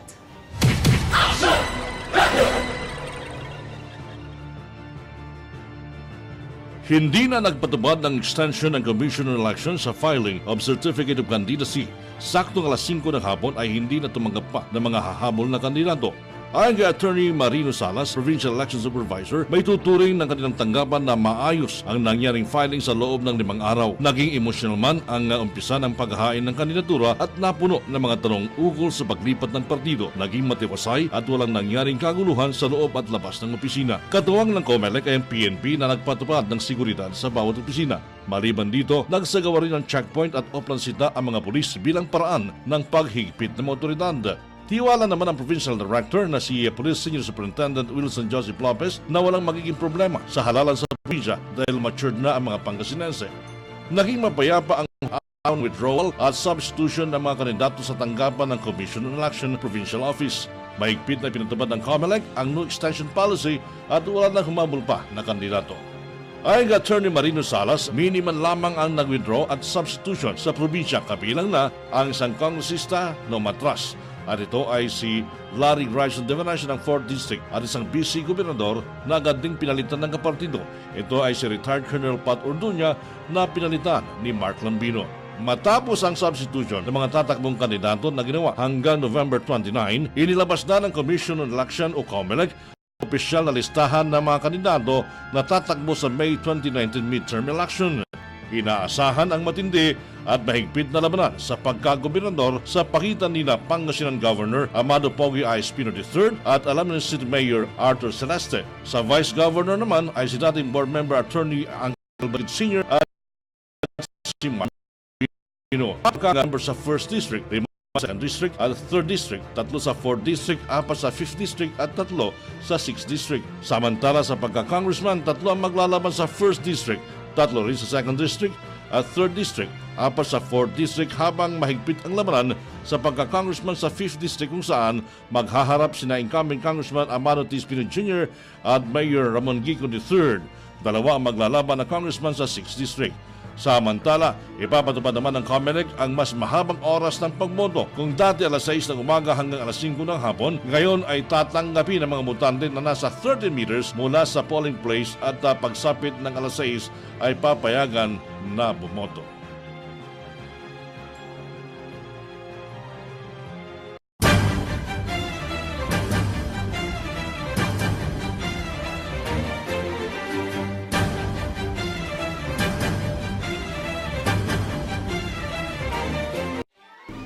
Maraming mga police stories ang naging tampok sa mga balita ngayong 2018. Ilan sa mga ito marahil hindi agad makakalimutan, tulad ng mga binaril na opisyal dahil sa hindi pagkakaunawaan sa politika, robbery, extortion at rape, sagupaan ng mga otoridad laban sa mga armadong grupo, estudyanteng tumalon sa school building dahil umano sa depresyon. Ilan lamang ang maiyan sa mga police reports na pinakatinutukan ng Aksyon Radyo Pangasinan ngayong taon. Narito ang year-end report ni Aksyon Ahikam Dicen ng Pasyon.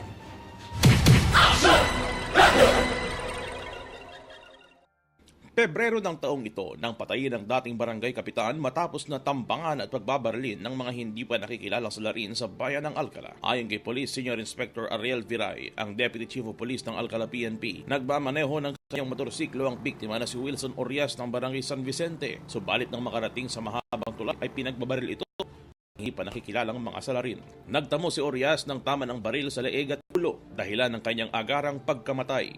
Love triangle ang nakikita motibo sa insidente, lalo't napapabalitang may kalaguyo ito mula sa isang bar. Sinabi rin ni Biray na malayong politika ang dahilan dahil wala naman daw itong ibang nakaalitan dahil sa politika. Napag-alaman na 1 linggo pa lamang nagbabakasyon sa bansa si Orias na balikbayan naman mula sa Amerika.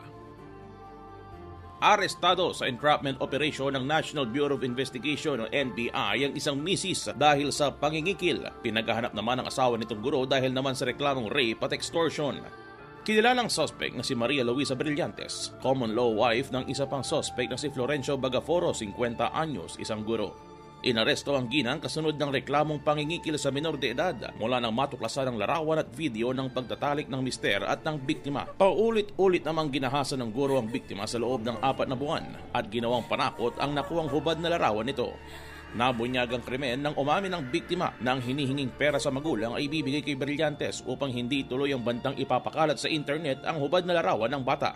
Kumilos naman ang mga otoridad matapos magpositibong nagahasa si alias Ana. Nahuli sa entrapment operation ng ginang nang ibigay ang natitirang bahagi ng 5,000 pisong hinihingi sa biktima. Nahaharap sa kasong robbery, extortion at multiple counts of rape ang mga sospek. Nakatakda namang isa ilalim sa inquest proceedings ang ginang habang tinutugis ang asawa nitong guro. Agosto 8, ng 3 miyembro naman ng isang criminal armed group ang napatay sa armed encounter sa Urdaneta City. Ayon sa hepe ng Urdaneta PNP na si Superintendent Rollifer Kapukian, tukoy na ang 3 na notorious sa iba't ibang aktibidad tulad ng illegal drug transactions, robbery hold-up at gun for hire sa 5th and 6th District ng Pangasinan. Nakilalang mga ito bilang sina Michael Huxon alias Mike 31 anyos, Lito Olais alias Kaloy 53 anyos at Jonald Olais alias Aping na kabilang sa grupong Aping Criminal Gang. Sabi ni Kapukian na ang mga ito ay mula sa bayan ng San Quintin. Bago napatay ang 3, nangarnap pa ng tricycle daw ang mga sospek kung saan ang biktima ay si Jesus Martinez de Guzman na taga-barangay Mabanugbog. Nangyari ang insidente sa bayan ng Asingan. Posibleng nagpalit ang mga ito ng sasakyan sa paniwalang naitimbre na sila sa otoridad dahil sa ginawang pangangarnap.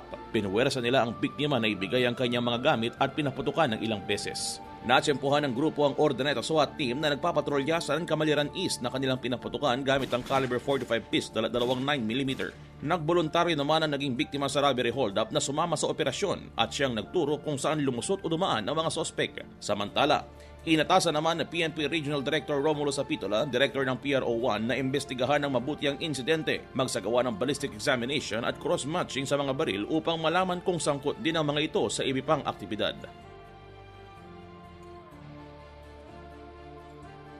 Patay ang isang negosyante at college professor habang ang kanilang kasamahan ay sugatan matapos silang pagbabarilin ng gunmen sakay ng motorsiklo sa harapan ng isang restaurant sa lungsod ng Dagupan. Ayon sa pulisya, ang mga biktima na sina dating barangay kagawad at negosyante na si Johnny Baniked, 47 anyos, at isang Oscar Fernandez, isang propesor sa isang universidad sa lungsod ng Dagupan ay namatay habang ang mga ito'y ginagamot sa pagamutan. Ang kanilang kasamahan na si Peter Ramos lamang ang tanging nakaligtas sa kanilang 3. Base sa investigasyon, ang mga biktima ay kalalabas lamang ng restaurant sa Barangay Tapuak at akmang sasakay na sa kanilang sasakyan nang umalingaw-ngaw ang sunod-sunod na putok ng baril. Nagsagawa na ng case conference ang Dagupan PNP upang imbestigahan ang nangyaring pamamaril. Kinausap na rin ng pulisya ang pamilya ni Baniked at iginiit na walang kaaway ito. Nauna na rin nag-report ang kapatid na Baniked na mayroong umaaligid na nakabonet sa kanilang lugar. Na-recover naman sa crime scene ng 16 na basyo, 1 bala at 5 deformed slugs, gayon din ang 2 slug fragments na pawang mula sa caliber 45 na baril. Si Baniked ay naging biktima na rin ng pamamaril noong 2015. Isa ito sa tinitingnan ng anggulo ng PNP sa posibleng pagpatay. Inamin naman ng mga pulis na sila ay nahihirapan sa paglutas ng kaso sa pamamaril. Kailangan pa raw kasi nila ng mga testigo, gayunpaman na tuloy ang pakikipag-ugnayan nila sa pamilya ng mga namatay. Agosto 29, bandang alas 8 ng umaga, nang makitang palutang-lutang sa fish pond ang bangkay ng isang babae sa Gibang, Barangay Pantal, Dagupan City. Nakilala ang biktima bilang si Recia Tolosa Vidal, 21 anyos, isang sales clerk ng isang mall at residente rin ng nabanggit na lugar. Wala nang saplot pang ibaba ang biktima nang makita ito sa lugar at pinaniniwalaang ito'y ginahasa. Posibleng pinatay pa umano ang biktima bago ito itinapon sa tubig dahil hindi bloated ang katawan nito nang matagpuan. 4 na katao naman ang naaresto ng mga pulis na itinuturong may kaugnayan sa kaso ng panggagahasa. Ayon kay Police Superintendent John Del Sulit, may nakarinig sa sigaw ng biktima na humihingi ng tulong at agad niyang pinuntahan. Nakasulubong nito ang isa sa mga sospek na pinigilan siyang pumunta sa lugar kung saan narinig ang sigaw. Ang mga naarestong sospek ay sina Rado Eugenio alias Adi, Jonathan De Vera alias Maning, Alfredo Obando alias Pidong at Flor Mulik Jr. alias JR. Pawang mga residente rin ng lugar at mga construction worker. Ayon kay Sulit, may birthday celebration malapit sa lugar kung saan nangyari ang panggagahasa base sa salaysay na nakasaksi. Galing din sa nabanggit na selebrasyon ang mga sospek. Sa kabila ng magkakasunod na nangyaring krimen sa lungsod ng Dagupan, nanawagan ng PNP na huwag mag-alala ang publiko. Ayon sa hepe, 24 oras namang nagpapatrolya ang pulisya. Mas magiging epektibo ang pagbabantay kung nakakasama nila ang komunidad para mabawasan ng ganitong mga insidente. Sa katunayan, bumaba ng 30% o more or less 500 ang crime incidents mula Enero hanggang sa buwang kasalukuyan kumpara sa humigit kumulang 700 crime incidents sa parehong period noong nakaraang taong 2017. Nakatulong aniya ng malaki ang pagpapatupad nila sa Artikulo 21 kung saan nariyan ang curfew hours, puspusan ng mga checkpoints at impormasyong na ipaparating sa kanila ng publiko. Nobyembre 16, Pulis. Hindi na umabot pa ng buhay sa pagamutan ang dating konsehal ng Bayambang na si Leven Uy makaraang barilin ng hindi pa nakikilalang sospek habang kritikal naman ang kanyang bodyguard sa pagamutan. Sa investigasyon, habang nagja-jogging ang konsehal kasama ang bodyguard na si Cesar Salosagcor sa Barangay Zone 2 sa naturang bayan ng Bayambang nang bigla na lamang binaril ng hindi patukoy na sospek ang konsehal na tinamaan sa kanyang ulo. Tinamaan din ng bala ang kasama nito sa bandang leeg. Na-recover sa pinangyarihan ng krimen ang 2 basyo ng kalibre 45 baril. Dahil sa insidenteng ito, bumuo ng team ang PNP Pangasinan na mag-iimbestiga sa krimen. Aalamin ang lahat ng posibleng motibo sa naturang pangyayari. Dagdag pa ni Lopez, nauna na nitong pinulong ang lahat ng Chief of Police at binigyan ng target para maresolba ang mga naitalang shooting incidents sa kanilang nasasakupan. Kinahaponan matapos ang insidente, nag-alok si Bayambang Mayor Cesar Quiambao ng 2 milyong pisong pabuya sa kung sino man ang makakapagturo o makapagsasabi kung sino ang pumatay o nasa likuran ng pamamaslang kay dating Bayambang Councilor Leven Uy. Ito ay upang mapabilis ang ang pagresolba sa kaso na kanilang matalik na kaibigan. Politically motivated ang nakikitang dahilan ni Mayor Quiambao sa naganap na pagpatay kay Councilor Uy. Aniya, posible umunong pananakot ang nasabing insidente sa kanyang partidong kinaaniban. Ilang araw matapos ang nangyari pagpatay kay Uy ay nadakip ng mga otoridad ang isa sa mga di umano'y suspect dito. Nahaharap sa kasong illegal possession of firearms and explosive device at frustrated murder ang suspect na si Alberto Jimenez, ang itinuturong gunman sa pagpatay kay dating Councilor Leven Uy. Nahuli ito sa isinagawang Oplansita sa Barangay Wawa, Bayambang. Nakuhanan pa ito ng kalibre 45 na baril at granada. Ayon kay Police Chief Inspector Norman Florentino, ibinase nilang paghuli kay Jimenez sa mga nakuhang ebidensya tulad ng CCTV footage. Kinuhanan ito ng litrato at ipinakita sa buhay ni testigo na si Salosagcol. Positibo naman niya itong kinilala. Samantala, hindi kumbinsido si Mayor Quiambao na si Jimenez ang gunman, kung kaya't may sarili silang ginagawang investigasyon sa pagkamatay ni Uy. Nobyembre nang sinalakay ng National Bureau of Investigation Intellectual Property Rights Division, NBI Dagupan at Bureau of Internal Revenue ang isang pagawaan ng peking sigarilyo sa Barangay Portik sa bayan ng Bugalyon. Nakuha mula sa ikinasawang operasyon ng mga kagamitan sa paggawa ng sigarilyo, peking tax stamp at marami pang ibang mga materyales. Sa taya ng BIR, nasa mahigit 2 milyong piso ang halaga ng operasyon ng pabrika ang dapat sana'y kinita ng gobyerno dahil peki ang mga tax stamp na ikinakabit sa mga kahon ng sigarilyo. Sinasabing ang mga Chino ang nag-ooperate sa pabrika at ibinabagsak ang kanilang mga produkto sa Region 1, Region 2, Region 3 at NCR. Hinuli mula sa lugar ang 33 katao na kinabibilangan ng Chinese nationals at mga Pilipinong nagtatrabaho sa pabrika. Binigyang linaw naman ng pamilya ni Dong Kalugay na wala silang kinalaman sa operasyon ng peking pabrika ng sigarilyo na sinalakay ng mga otoridad sa bayan ng Bugalyon. Sa contract of lease na nakuha ng Aksyon Radyo Pangasinan, ipinarerenta ng kapatid ni Dong Kalugay na si Danilo ang lupa sa bahagi ng Barangay Portik sa nabanggit na bayan sa isang Lolito Maso de los Santos na residente ng Barangay Parada, Valenzuela City. Nakapaloob sa nasabing kasunduan na ipaparenta ng 50,000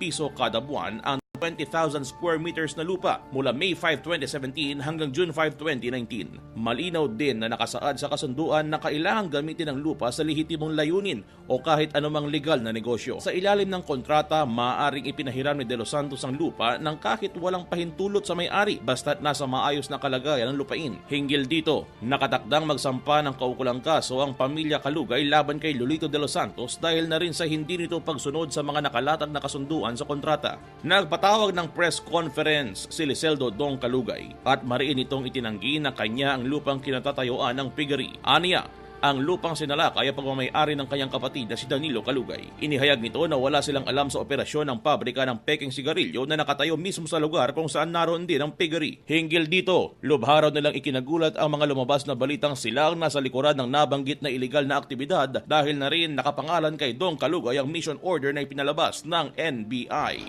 Una-una ay nais kong sabihin na taliwas sa lumalabas sa usapan. Ngayon ay wala po akong anumang kaugnayan sa operasyon na sinasabing gumagawa ng mga peking sigarilyo. Ang lupa at ang tamarin kung saan naganap umano ang operasyon. Ito ay hindi ko pag-aari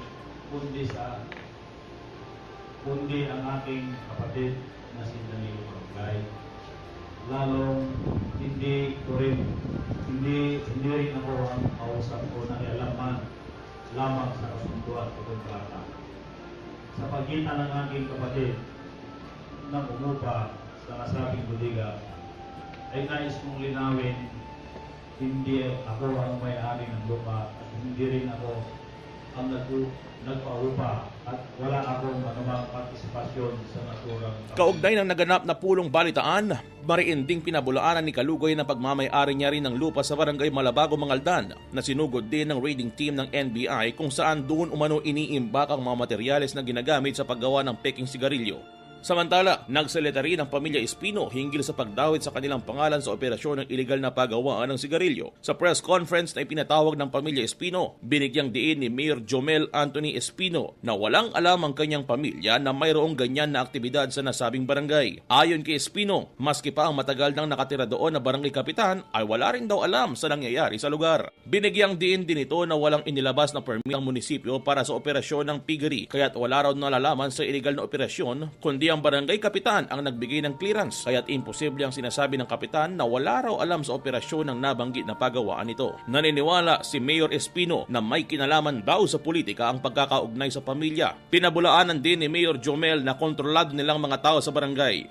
Sa katunayan, ang kapitan daw ngayon sa barangay Portik ay ang nakababatang kapatid ng mortal nilang nakatunggali sa politika na si Rick Ordoña. Hindi rin daw niya ugali na mangontrol ng ibang tao taliwas sa akusasyon sa kanya. Samantala, umalma naman si 5th District Representative Amado T. Espino Jr. sa ani malisyosong akusasyon ni Board Member Raul Sison sa kanilang pamilya. Tinawag pansin ni Espino na walang balidong basihan ang mga paratang ni Board Member Sison na kanila ang lupa. Inamin ni Espino na may mga lupa rin sila, mga piggery at plantasyon sa Barangay Portik, subalit ang niraid na lupa ay hindi sa kanila. Nagkataon lamang na ang pamilya Kalugay ay naging malapit sa kanya at sa pamilya Espino. Maging si Dong Kalugay ay nilinaw na wala rin daw silang kinalaman at walang alam sa illegal na operasyon na nagaganap sa lupang pag-aari ng kanyang kapatid.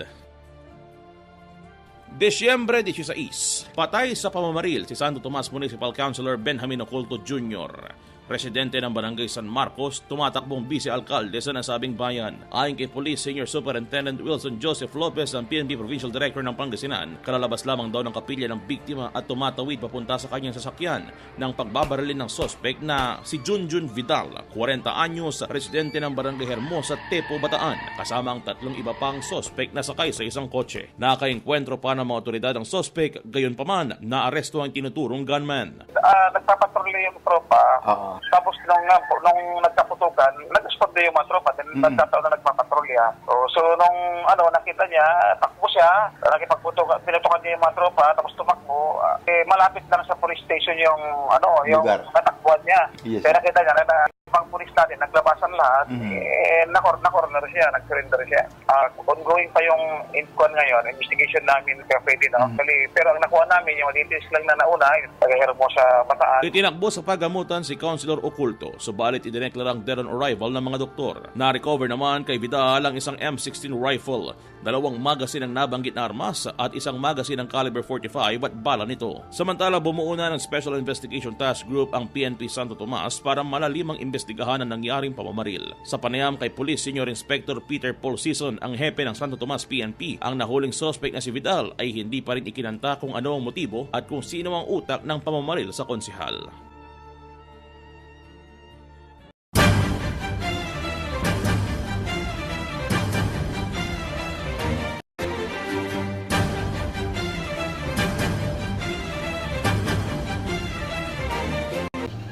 Yan po ang kabuuan ng mga balitang nakalap sa loob ng isang buong taon. Naway ang mga ito ay maging gabay, aral, babala at inspirasyon para po sa ating lahat sa ating pagharap sa taong 2019. Sa ngalan po ng buong pwersa ng DWCM Aksyon Radio Pangasinan, ako po si Aksyon Violi Valdez Ferrer. Manigong bagong taon sa ating lahat. Magandang araw po sa ating lahat.